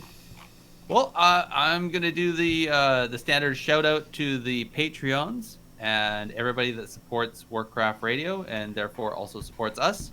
So thank you guys, and just keep being awesome and keep listening to the show. Everybody that listens, you keep me going. I'm not going to speak for Andallyn, but I know you keep me going. So I appreciate everybody that does that. All right. Oh, can I also say shout out to anyone that's still playing Mistweaver? Oh, I know it's rough right. No, I know it's rough right now. Seriously, most fun spec in the game, hands down. No matter how I lose, most fun spec in the game. So if you're having a tough time, just keep playing. It'll be worth it when we get buffed. We'll get buffed eventually. Sure. So just keep playing it. I know it's hard and it's discouraging, but if you're having fun, keep playing it. You know, it's worth it. It's worth it. If you're not, obviously play a different healer. But if you like playing Mistweaver, keep playing it. It's a lot of fun. All right. Nice. There you go. Cool. Very cool. Mystical. Yeah. If anybody wants to get a hold of you, where would they find you on the interwebs? Like to ask me a question or to watch me? Either. Sure. Either or. Oh, okay. Twitter is Mystical the Monk. And Twitch, I try to stream 3 to 4 days a week, and that's Mist PvP. All right. Those are the 2 places. And I upload to YouTube like almost daily, any highlights or anything, and guides and stuff like that. And that's Mystical the Monk as well. So. All right. Cool. And we'll make sure we have those in the show notes so people can thanks. just click through as well. That's awesome. Thank you. All right. That's it. Andallyn, let's lock this out. Sure. You want me to tell our listeners where they can reach us? Yeah. Sure. You can contact us directly with a tweet to @technically_PvP or with an email to technicallypvp@gmail.com. You can also join our discussions on the Warcraft Radio Discord. Indeed. And you can also visit the Warcraft Radio website where you'll find the podcast directory, so with us and other many, many great shows, over at warcraftradio.com. And do make sure you go over there and give anybody you listen to a review on that system. It helps other people find shows that maybe they didn't try before. Oh, and also let us know how we're doing, both good or bad. And links, like I said, for everything, going to be in the show notes, like always. I want to thank everybody for listening. We'll chat with you all next time. Good night, everybody. Take care.